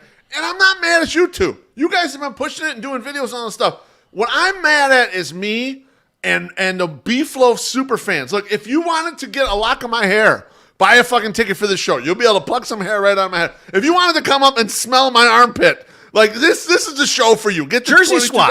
And that's right. I did a jersey swap last time. I was shirtless. My nipples were out for damn near 45 minutes at the last show. My Beef Loaf fans need to get their fucking asses, not even their asses, get their credit cards in there at Ramova and buy these goddamn tickets. It's not that we're selling none. It's just that we're not sold out. I need to be sold out to feel good. I want to be sold We've sold out a bunch of tickets. I want to sell all the tickets. So that's the attainable goal that I absolutely, positively fucking need. So get in there right now. Buy this shit. Hit the QR code. Whatever. I put in the au jus every time. Buy more tickets because these nipples need to see you on March 27th. It's a weird pitch, but I said it worked. The way he shook him. Yeah, I felt like he was back in his driving test. We missed a drink, guys. We got one from our guy Joey P. How can we miss a Joey P drink? Joey, yeah. Ask Jerry if he'll gift me his leather coat from his Springfield trip. Lost mine in the jacket. Oh my God, Joey, that jacket was fucking. God. It was like a leather members only jacket. He was like the last fucking member. Boys, I'm going on a helicopter ride today, so break out the black leather jacket from the 90s. Thank you. Holy shit. All right. We got to get to this because this is something that came up today. I don't think we have a picture for it. Yeah, we do. We have a picture for it. Sorry. Sorry. Yeah. We named the podcast after it tonight. It's the Play Fast Today. Which I saw this picture and I was like, all right, I get down with that. Sure. And then we found out though, it's an acronym. It stands for, this is from our guy, James Fegan, JR Fegan on Twitter. He says, FAST is an acronym that stands for fearless, aggressive, selfless, and technically sound. Yeah. I want your guys' opinion on the FAST acronym. I'm going to start with you, MSS. Yeah, I read the outline and I was immediately thought we're supposed to make up what the FAST is actually supposed to mean. Not that yet. Not even there yet. We're not there yet, buddy. What do you think about yet. What do you just think about it? Oh shit! God damn it! Listen, as a guy, a coach who told another player to calm the fuck down and stop playing so fast, I think to use fast this year is the most brilliant mind fuck that he could possibly get for this poor kid. Like, literally, like if you want to fuck with somebody really hard, Oscar Colas, you're like, hey, slow down, turn it down, don't play so fast. And then the following year go, now we're going to do it. So I understand what he's doing. I don't mind it. I think it's funny. I think it's corny. I think it reeks of something they would do in Kansas City. So it works for me in this whole current setup. But like, hey, people are going to make fun of you. This is what your coach would do, on the basketball team. You're like, guys, we're doing KISS. This is KISS. It's KISS. We're like, what's KISS? Keep it simple, Knights in stupid. Satan's service. Oh, sorry. Yeah, well, yeah. Keep it simple, stupid, and you would do these things, right? And you're just like, oh, yeah. But I remember it, so maybe it will work, but maybe it won't because these professional athletes don't give two fucks anyway. So we'll see. Beef, your thoughts? Yeah, that's kind of what I was thinking. I saw this comment from Ian Smith. He says, I feel like this is a motivating tactic for a 7th grade B basketball team. Yep. And that's what MSS was getting at. I was thinking, yeah, the acronyms are kind of lowbrow, like coach stuff. That's what you do in high school or college or whatever to get the people fired up. In my opinion, pros, they're fired up by money and coochie. I mean, they don't care about acronyms or whatever. They're trying to get out there and get their own. So, like, I don't get the point of it. If the players buy into it, great. But it just seems like a real gimmicky thing, and it's like they're pros. Like they're getting paid. They show up to get more money when they do well, and I don't think they really need this kind of thing. But hey, if it works, cool. So Treasy, what about you? What do you think? I love it. I fucking love it. Here's why I love this. And go at me, comments. I don't give a fuck. I've been hearing. I've had enough whiskey. I don't care. Fuck David Crosby says it's cornier than my turd after a low taste. And it needs to be.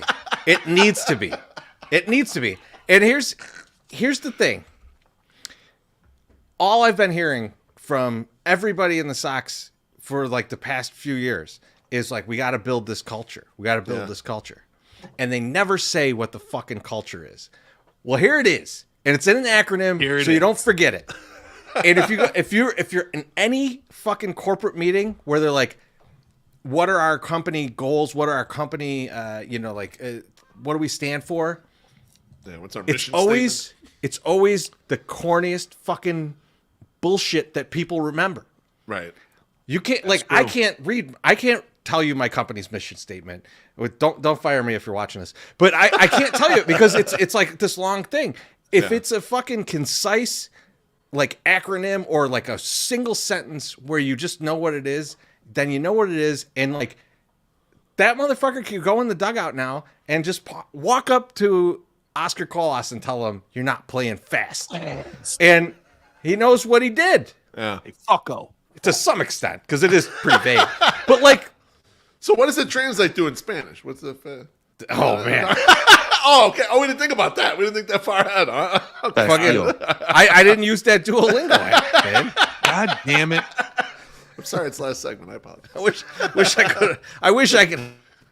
But no, I mean, great.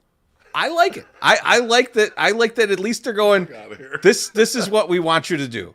Now, they got a bunch of terrible players that they're telling to do it. So I don't like that part that much. But at least they're being like very straightforward about what they want.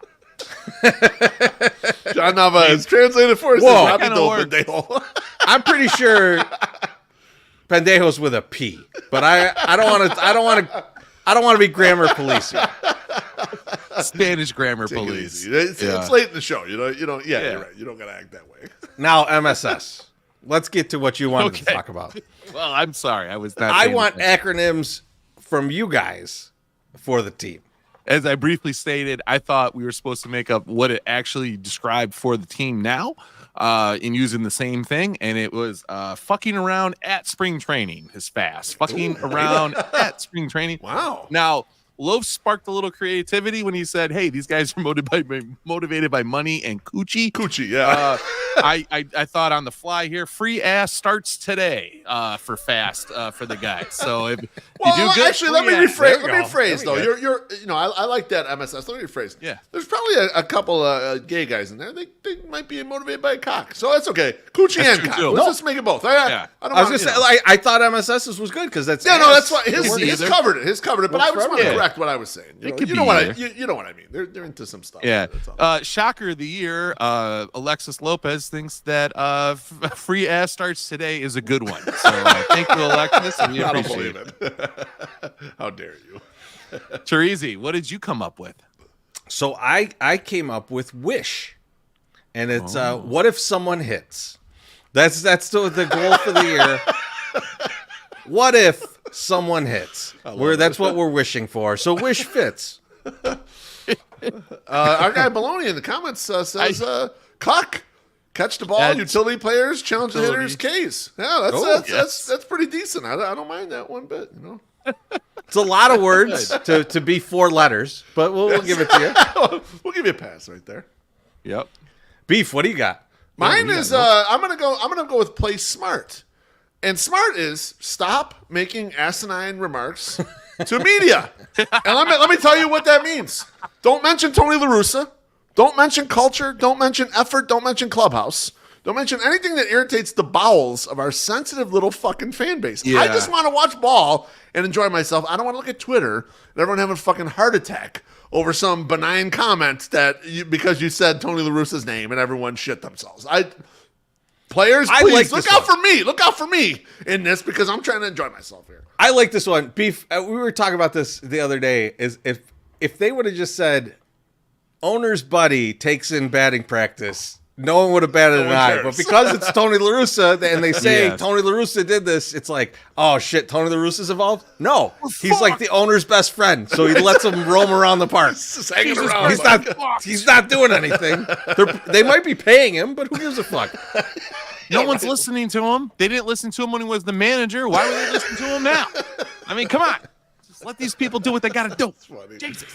I guess we'll just end this with Getz takes fielding over hitting. MSS, why don't you pay some bills? Oh, God damn it.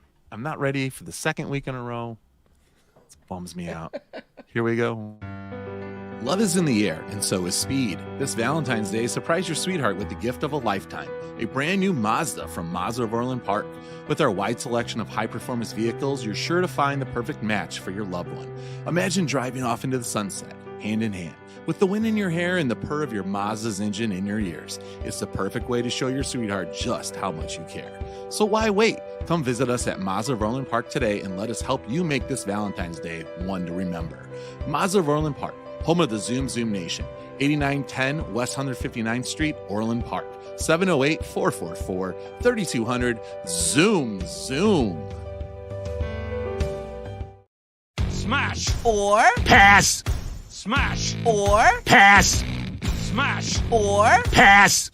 Smash or pass. Smash or pass.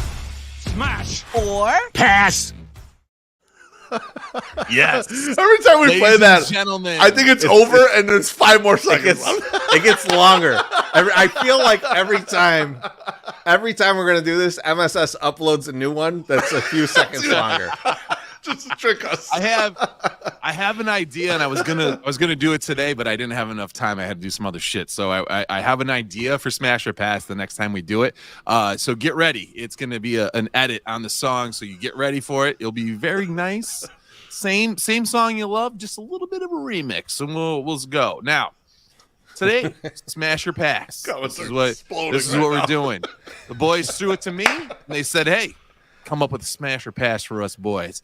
And what's one of the biggest topics on the internet right now that isn't some girl from TikTok with a fake AI video of her like masturbating? No, that's not. We're not going to talk about that. KLK. We're not going to talk about. We already talked about Drake's cock, so we don't need to talk about that. Right. I was looking for other things that are trending, and then came upon some things that I think we need to talk about because you guys are the most fashionable people I know. We're going to talk spring training hats for 2024, baby. We're going to smash or pass the entire AL Centrals, all of their hats and alternatives for this upcoming spring training. Or this, what starts, I think it started today, and then it starts like tomorrow, like we're playing. There was games. There was a game today. There was Padres a game and today, Dodgers. yeah. The Dodgers beat the ever-living shit out of the Padres today. Yeah. Nice. That's correct. That's nice. Okay, so we're gonna go with the first hat up. You guys I'm gonna throw it up there. You guys tell me smash or pass. All right, we got the gray Chicago White Sox spring training hats. Got the nice 24 on the side with the saguaro cactus, and then it's light gray. Treasy, smash or pass. I'm not hating on golf dads, but this is a golf dad hat, man. Like I want no piece of this. I'm passing. Pass. Beef loaf, smash or pass? Boys, I am smashing the shit out of this. You don't get an all gray hat very much. Where There's like a Treasy's mentioning, where it's not like a golf hat, right? This is an actual sports hat. You don't get that a real sports team that would go this direction.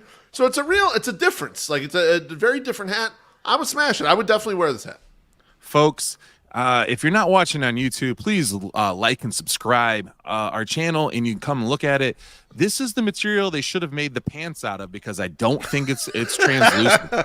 This is definitely old White Sox pants from their away jerseys. They turn it into a hat. It's horrible. I am passing. Okay. MSS, you talk about the current pass? Ultimately, he's overexposed. Next up, folks, a team that we're trying to be like, the Kansas City Royals in their pale blue with royal blue the bill, and then the 24 logo with the cactus with a little bit of gold. Beef loaf, smash or pass the KC pale blue spring training hat. Oh, baby, this is a big pass for me. This hat's been around for a while. It's kind of boring. I'm out on this. Okay. Chirizi. Yeah, I'm passing on this too. And the thing that I don't like about this hat is the gold. So like if you're going to do the gold, the KC should be gold too. If the KC is not going to be gold, just make that other shit white too. Like too many colors. I don't too many like colors. Okay. All right. I am also not a fan, mostly because it's Kansas City and they blow. Pale blue makes me look even fatter, and I already have a fat enough face. Cares? I don't need. Yeah, I know. who needs enough? Who makes myself look a little bit fatter? All right. Next, I like these new rules of smash or pass, where MSS gets to choose if he smashes or passes. He's coming in there. I like it. No, I like it better. I do like it because I was saying I like it. Yeah, no, me too. And especially because this is something that's up his alley. Like I'm low man on this, even though my opinions are, of course, right. But I'm low man on this sort of thing, so I like it. Now, this next one is pretty fire, guys, because it's bright red. All right, Chirizi, we have the Guardians all red cap with the Navy the 24 patch on the side, the flying G around a baseball. Chirizi, you passing or are you smashing or passing this bad boy? As the MAGA guy of the group, I got to say, in love with the all. No, I think I actually like this hat, but like I would never wear an all red hat anymore. It's been ruined. Too much, but right? like I do like the hat. I like the logo of this hat, but yeah, red is too much. It's just like it's too bright of a color to do like a full hat. I feel like I'm passing on all these, but I'm passing on this one too.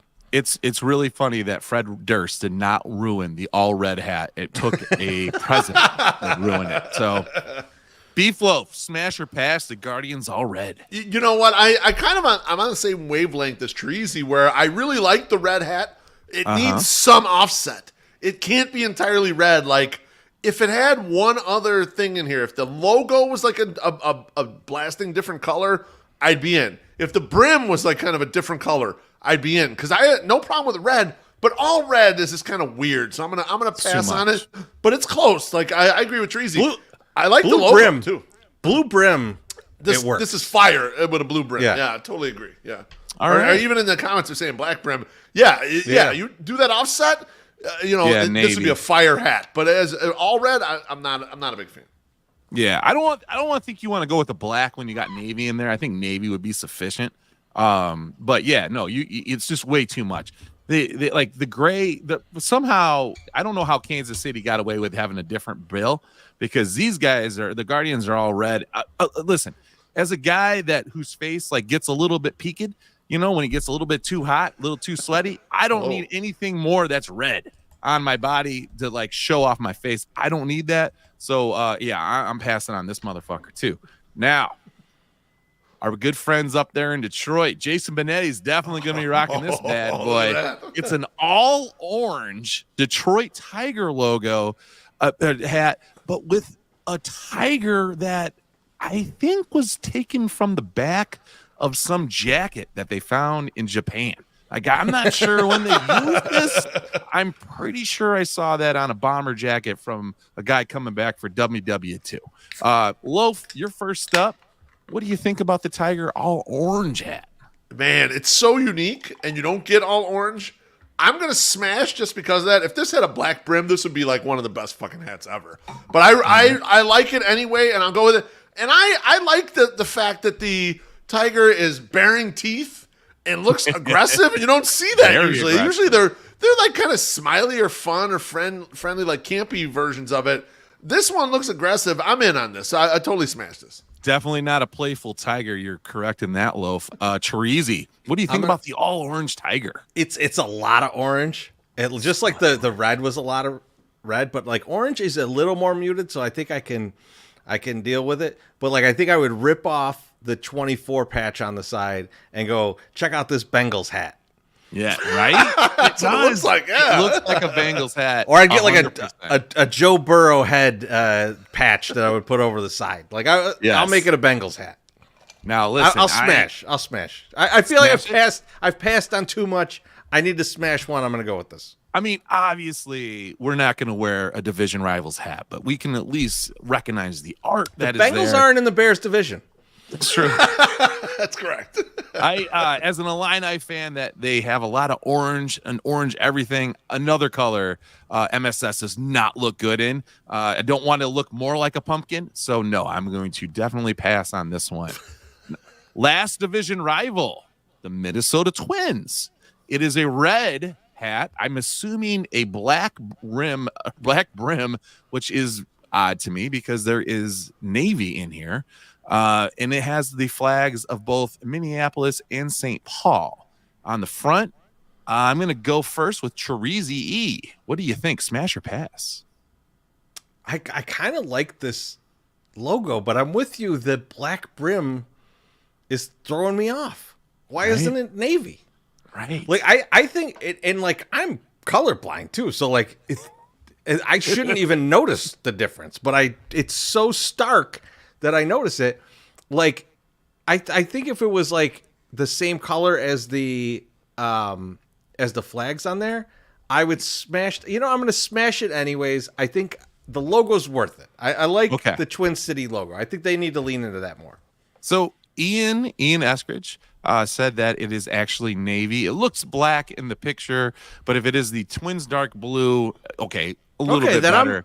I agree. I'm feeling it then. I'm feeling it. Loaf, what do you think? You smashing or passing this hat, I'm buddy? passing, man. That logo, Treasy loves that logo. I hate that logo. That logo looks terrible to me. Like, give me that. Let's go back to that tiger with baring its teeth and there's blood coming on. That's my kind of logo right there. Those two flags, get those flags the fuck out of here. I am not wearing that. Get that away from me. Put those flags in that tiger's mouth and we're good. Now, so I don't know if everyone knows, but there is a company called Baseballism, and it's a guy holding a flag like going up. And this is immediately what I think of when I see this. I don't mind the two flags. I don't know how it's important. But yeah, the two flags is whatever. I'm gonna pass on this hat because I don't know. I don't know if I could wear the flags. I don't necessarily get it. Now, the guys are the good people at New Era are doing a little hat. It's a stitch hat. Okay, there's like a little stitch on the side. It's like, I'm trying not to read that comment. Pull that comment. When you do that, this is from the Tigers hat. John Nava says that's the tiger that bit Siegfried or Roy. Maybe both. That's great. So now the good people at a New Era are putting out this hat, and on the sides of like where the front of the hat is, they're putting some stitching that looks like baseball stitching. Now initially I thought they were all gray hats, but then it became apparent that they are not. First up, White Sox. It's a nice gray. You got kind of the double logo going on the front. It's outlined in gray. You got a white outline, and then the Batterman Sox logo with the stitches on the side. I think Treasy, or is it Beeflo first? I think it's me first. All right, Loaf. You know what, MSS? I love that little side stitch. I think it's really cool. The logo with the layers right there. I just can't get behind that. I got to pass on this one. That part kills it for me. If it was a kind of a straight up logo, I could probably go with this, especially because I like that little stitch. But I'm out. I'm gonna pass. I got bad news. What the fuck? That's what the this? new 108 hat looks like. I'm sorry, guys. This is actually. I mean, that's okay. I don't wear. You know what this looks like? This looks like your mom got you a black hat at the flea market and then ironed on a Sox patch on the front. Yes, it does. And you're like, this is better than McDonald's? Green pepper. I don't know what the fuck this is. This is terrible. No green pepper. We love the Batterman logo. I wear nothing but black hats, and I'm looking at this and going like, nah, no, thank you. I'm passing. I'm with you guys. I'm also passing. I don't like it. If it's an embroidered socks on top of those patches, potentially I'm saying yes. Or if it's a rubber version of those patches, I'll definitely smash that. But because it looks like it is made out of felt and something that I could do in my basement, I'm out. All right, next up. Kansas City Royals. Now, we have stolen everything from the Kansas City Royals this year. Okay, we've stolen their old managers, bench coaches. We've stolen people that worked in their front office. We've stolen old players. Finally, the Kansas City Royals have had enough and said, we're stealing your ideas. We're going to make a black and white and gray hat, exactly like what you just did this year. Treasy, you passed this is all fucking, black and white and gray Kansas City Royals hat. I don't know, man. This is fucking vomit. This is awful. What the fuck? This is terrible. Like, this is a terrible hat. Like, this, I mean, someone should be fired at New Era for this hat. I mean, if you're watching, by the way, I'm passing. You're passing. Okay. If you're watching at home, I'm just gonna switch it back and forth. I mean, there is no difference. There's absolutely no difference between these two hats. It is exactly the same, just different logo on the team. Loaf. Yeah, that's an auto pass. I mean, I don't know You what like the hat, KCR is right there. Like, look at that. Look how dumb that looks. It's like, too much. What dude. is that? You know, like I don't get it. KCR is worse than fast. You guys could at least give me that, right? Yeah. Correct. I would agree with that. Yeah, that's that. I mean, we're all passing on that guy. The guys over there in Cleveland, here's what they came up with. It's it's a navy, heather navy, I want to say almost ish. You know, they got that kind of look. Same kind of deal. The logo, but with a double patch. Accents are all red. Loaf, what do you think? Are you smashing or passing this hat, buddy? I'm smashing. That's a beautiful hat. This might be the best hat I've seen out of the group here. Oh, dang. Because I love the stitch on the side, so unique. I'm glad that they went for something different as a group. It's just the White Sox and Royals hats before it look so generic and bullshit. This one looks like a nice hat. I would wear this if I didn't hate the Cleveland Guardians. Yeah, that's a problem. Beef. I'm with you. Like if I had amnesia and didn't know that I hate the Guardians, I would wear this hat. I agree too. The splashy color is good, but let me just throw this at you. And to go back to the other Guardians hat, if it was the opposite, if it was all red with just a splash of the blue, it would still suck. It would fucking would be terrible. Yeah. But like the blue with the splash of red, that works. I like that. Yeah. I like this hat. I hate the Guardians. I'll smash. I'll smash for purposes of this, but don't give me this hat. I'll set it on fire. I'm totally agreeing with you guys. Team notwithstanding, this is cool. The red definitely pops.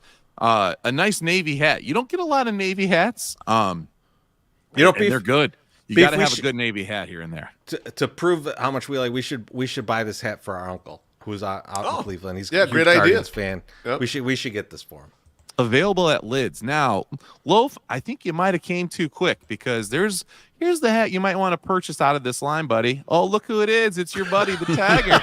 Oh, he's back. Look at him. Oh, yeah. Another navy hat with the Tiger from the Tigers, outlined with the nice orange accent and the stitches on the side. Loaf, I'm going to go back to you again, man. Smashing or passing this bad boy? Man, this is a big upset here, but I'm going to pass.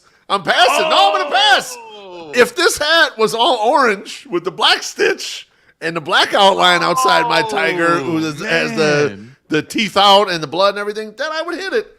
I'm passing here. I don't know. This looks like a generic ass hat. Like when you go with a black hat, you got to do something special because there's a lot of black hats. The competition is high, and this doesn't do it for me. So I'm going to pass. It might be black. You might be right. It might be a little black. Chirizi. What are you thinking on the Tigers? This Bengals hat is got me.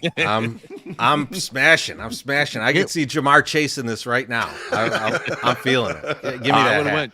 Would have went Joe Burrow. Again, I'm not a Burrow big wears fan the orange hat. Jamar Chase got this hat. Not a big fan of the Tiger, just in general. I don't like it. I mean, it might be good for a Tiger fan though. I'm going to pass on that guy. Don't really like it so much. All right, we're moving into a different territory. It's the last category. We're going to start off with our friends Kansas City. It's a tricolor spring training hat. You got the white front, pale back, royal blue brim with the KCR crown logo on the front. Chirizi E. You passing or smashing this bad boy? I'm passing so fucking hard. Look at how little that logo is. It's like one of those. It's like one of those images where like they take the person's face and then make it real small in the middle of their face. This is fucking awful. What is this? It looks like they put the wrong size logo on this hat. It's awful.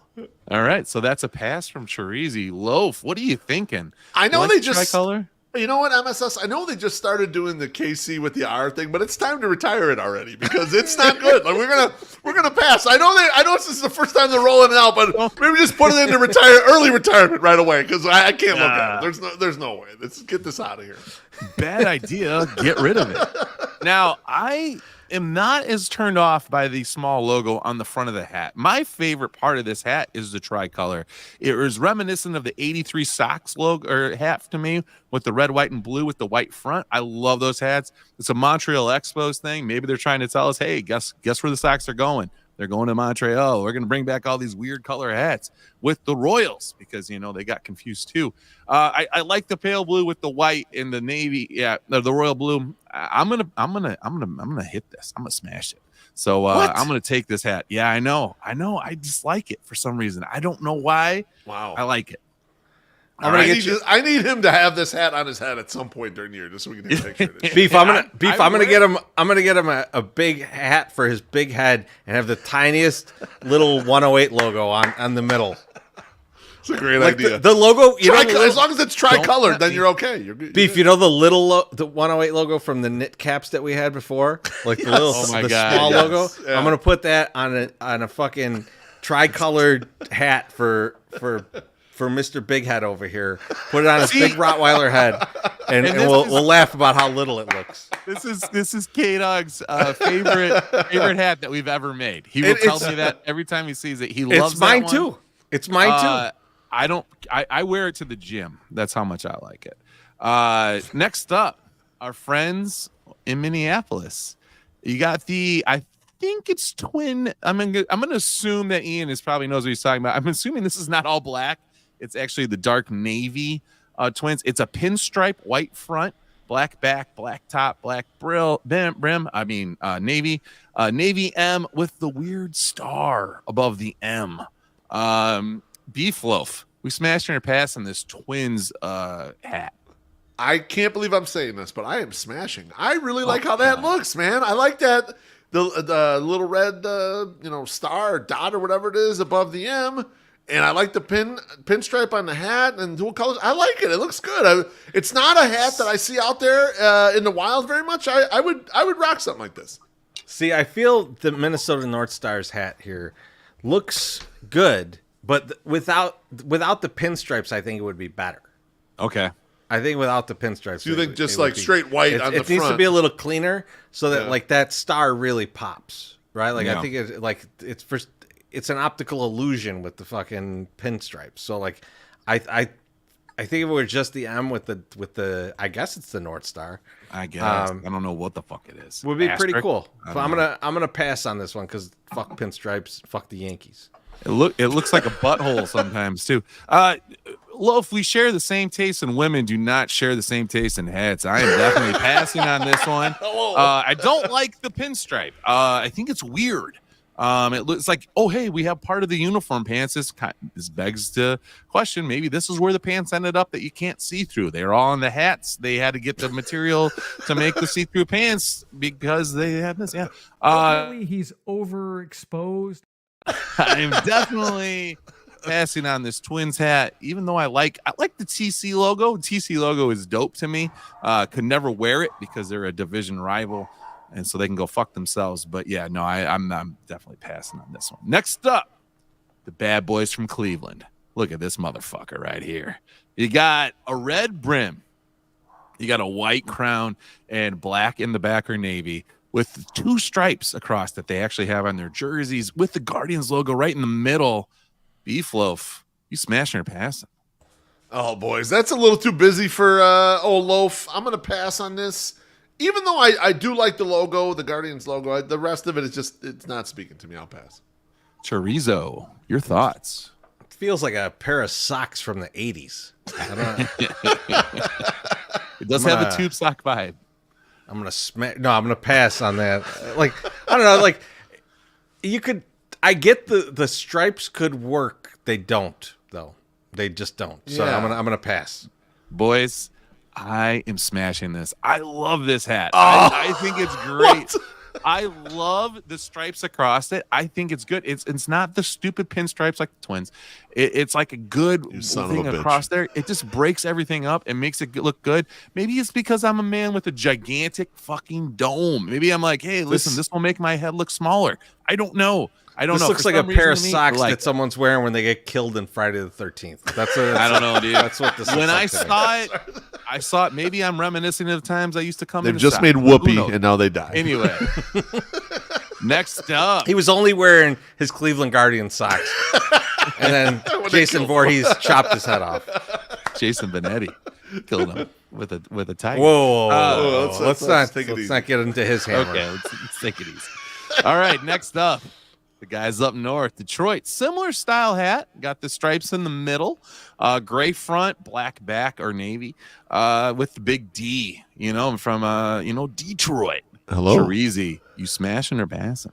Yeah, the big D fits on the new pants that they're wearing, but not on this hat. This looks terrible. I don't want this. I'm gonna pass.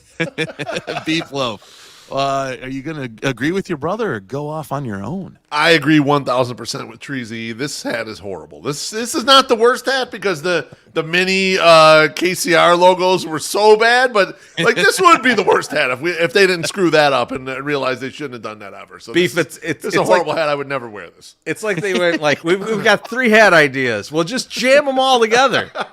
This is you know what this is? This is like when we're gonna run some competitions, we're like we're gonna give some stuff away through WordPress, and we're like, what's the thing that we don't like and we don't want? This hat would be the first thing we gave away. Like it's like that. Right, we give 3 of these away right away. Like the white, the worst one was that we gave away as many as we could. The white hat that just said Chicago, which was like in the blue letters. That was the worst hat. This is as bad as that. It's bad. The white Chicago hat. I found so many of those on the ground. Somebody that had asked me. I'm shocked. And said, "Hey, could you look out for these?" And I was like, "Bro, how many do you need? I will send them all to you." He's like, "How much?" I was like, "Just pay shipping. I have too many, and nobody likes them, so we'll just send them to you." Now, wait, hang on a second. Mrs. Beef in the comments says, "But if you put a Bears logo on it, smash." She'd smash that. I think that's correct. I would smash. I think with a Bears logo on it. You would smash, so it's more about the I'm back in. than it is I'm about back the in. look. Huh? The gray ruins it. It just kills you. So You just can't do it. that's my thought too, Chirizi. If it's white, I'm in. Like if it was a white, Well, front, of course, because you're racist. But that's, yeah, of course, yeah. I hate gray people. Sorry, Exciting whites. I'm glad you have that backlit light now. You don't look as much as a corpse with the gray hair. No, I don't like gray. If it was white, I'd be okay with it. So I am going to pass. But if they made it white, I would smash. No, MSS, I do like not to fuck with. I do agree a little bit more. There is that if you're gonna do like the navy and the orange, you want it to pop. And it's not going to pop against gray. It pops against white. But yeah, that's. But they fucked that up, and so they ruined it for everybody. But even with all the of white, Detroit ruined. It's spiffy, but not that spiffy. Spiffy. Now, ladies and gentlemen, Neato. Spiffy. the best hat that has come out, I feel like, for the Sox since the CHI hat, which is that's kind of mid. I feel like they dropped the best Sox hat ever this year, and it's the next one up. It's the red, white, and blue Sox special, navy hat, red brim, but you got the Diamond Sox logo. It is back, folks. The Diamond Sox logo they have like shunned away has now made itself back into the fucking vernacular, and we're looking at the product. This hat, I think, slaps. It fucks. I'm smashing the fuck out of it. I'm going first. I'm so excited. I can hardly contain my erection. I love this hat. I will be buying this hat. There is a black and white version also. Not as awesome as this one, though. This is the best one. Beef Loaf, are you smashing or passing this beautiful, beautiful White Sox hat? I'm going to be honest with you. I am going to smash, but to me, it's a light smash. And I saw SPF in the comments said, I want the C on there, and then I'd smash. It's a hard C. You put that C on there, it's a hard smash for the Beef. This is a light smash. I like it. It's nice, but it's not number one in the rotation. It's like my 5th hat that I'm going to wear. Like I know where it lays, and it's like, oh, it's time to wear that one again because I haven't worn it. Like I'm not as excited about it, but I do like it compared to the rest of the field. All right, so you're not coming all over it like I am. No. Okay, Chirizi, your thoughts? I'm going to piss people off. Oh, no. I don't like this logo. Oh. Yes. I don't like the diamond with the sock in it. This is my least favorite logo the Sox have. This is like I'm not a fan. Like I've seen people with this tattoo, and I'm just like, not for me. It's just not for me. If I agree, if it was the C logo, like the cursive C logo, I like better than this logo. I'm sorry. That's just maybe I have no taste, but that's how I like it. Comments are starting to pop up with you. You're like, they're not so much into it. Like. Yeah, well, but there is one person that's really into it, saying that she will suck this hat off. So I'm going to say that it's a love-hate thing with all like. I think the majority like it. Majority like it so far. They're with you, MSS. I love that logo. That's probably one of my favorite logos. I had this old Nike. This diamond socks hat that was like one of my head was a little bit smaller before I started doing all the roids. And it fit really well. And my one buddy was like, dude, that hat is sick. I'm like, you can have it because it doesn't really fit me and my head's getting gigantic. So, but yeah, no, they like even non-Sox fans like. But when you cycle off, you could wear it. Yeah. Well, unfortunately, until 108 late loss, I never stopped gaining weight. So that was a problem. So thanks, folks. That was. Oh shit. There we go. Play it, baby. Smash. Or Pass. Smash. Or Pass. Smash. Or Pass. Smash. Or Pass. Smash. Or Pass. Smash. Or Pass. How horny is that? The best. And now it is time for thank yous or GFYs. I'm going to start with you, MSS. Thank yous or GFYs. Oh man, I'm gonna it's gonna do the easy one. I'm gonna thank the guys over at the Barstool Chicago office for having us over there and treating us like the celebrities that we think we are, according to our comments. It's nice, it's fun. It really is like one of those days where I'm like relatively nervous, like to go over and try to I want to show out and I want to do the best that I can, and they make you feel very comfortable and they're just nice guys. And so everyone's got their opinion on Barstool and they'll throw it right in our face every time we do it. But it was a fun show. And even the haters that we had that were like, oh, these guys are going to draw a lot of people, were even really nice to us after the fact. They were just like, oh, dudes, we're sorry. You're good guys. We don't think you're actually going to bring people over to watch their show. And you're correct. So that's why we appreciate it even more. Thanks to Dave, Chief, Eddie, Chuck, and fucking Danny, just bringing us in there. We love it. Chief, we love you guys. Thank you. Beef, who are you thanking or GFYing? Tonight I got to thank my daughter, Bonita Stakey, for having such a fun basketball season and letting her old man live vicariously through her for one last time playing ball. I had a lot of fun shooting baskets with her in the offseason at Donovan Park, talking ball before and after games. If she doesn't end up playing in high school, which is a possibility, I'll miss it, but I'll really cherish this past season and see how much she really enjoyed playing. It's something I enjoyed when I was younger, and I never really pressured her to play, but the fact that she picked it up and really liked it and embraced it made me happy, and I got a lot of benefit from it. So I want to thank her for allowing me one last year to be part of ball. Yeah, that was a lot of fun. That was a lot of fun to be able to go out and watch them and see her get better at the game and really get good at basketball. That was a lot of fun. I'm gonna thank the Barstool guys for having us in, but MSS, I want to thank you personally for Smash. Or Pass. Smash. Or Pass. Smash. Or Pass. It's literally the gift that keeps on giving. It really is. But thank you, everybody who tuned in this week and listen to us. Make sure to go out and get those tickets at RamovaChicago.com/shows. Go get those. We will see you very soon. We're right on the cusp of it. We got spring training starting. The 108 tourney's coming up. Get excited, everybody. We'll be talking to you soon. Have a good night.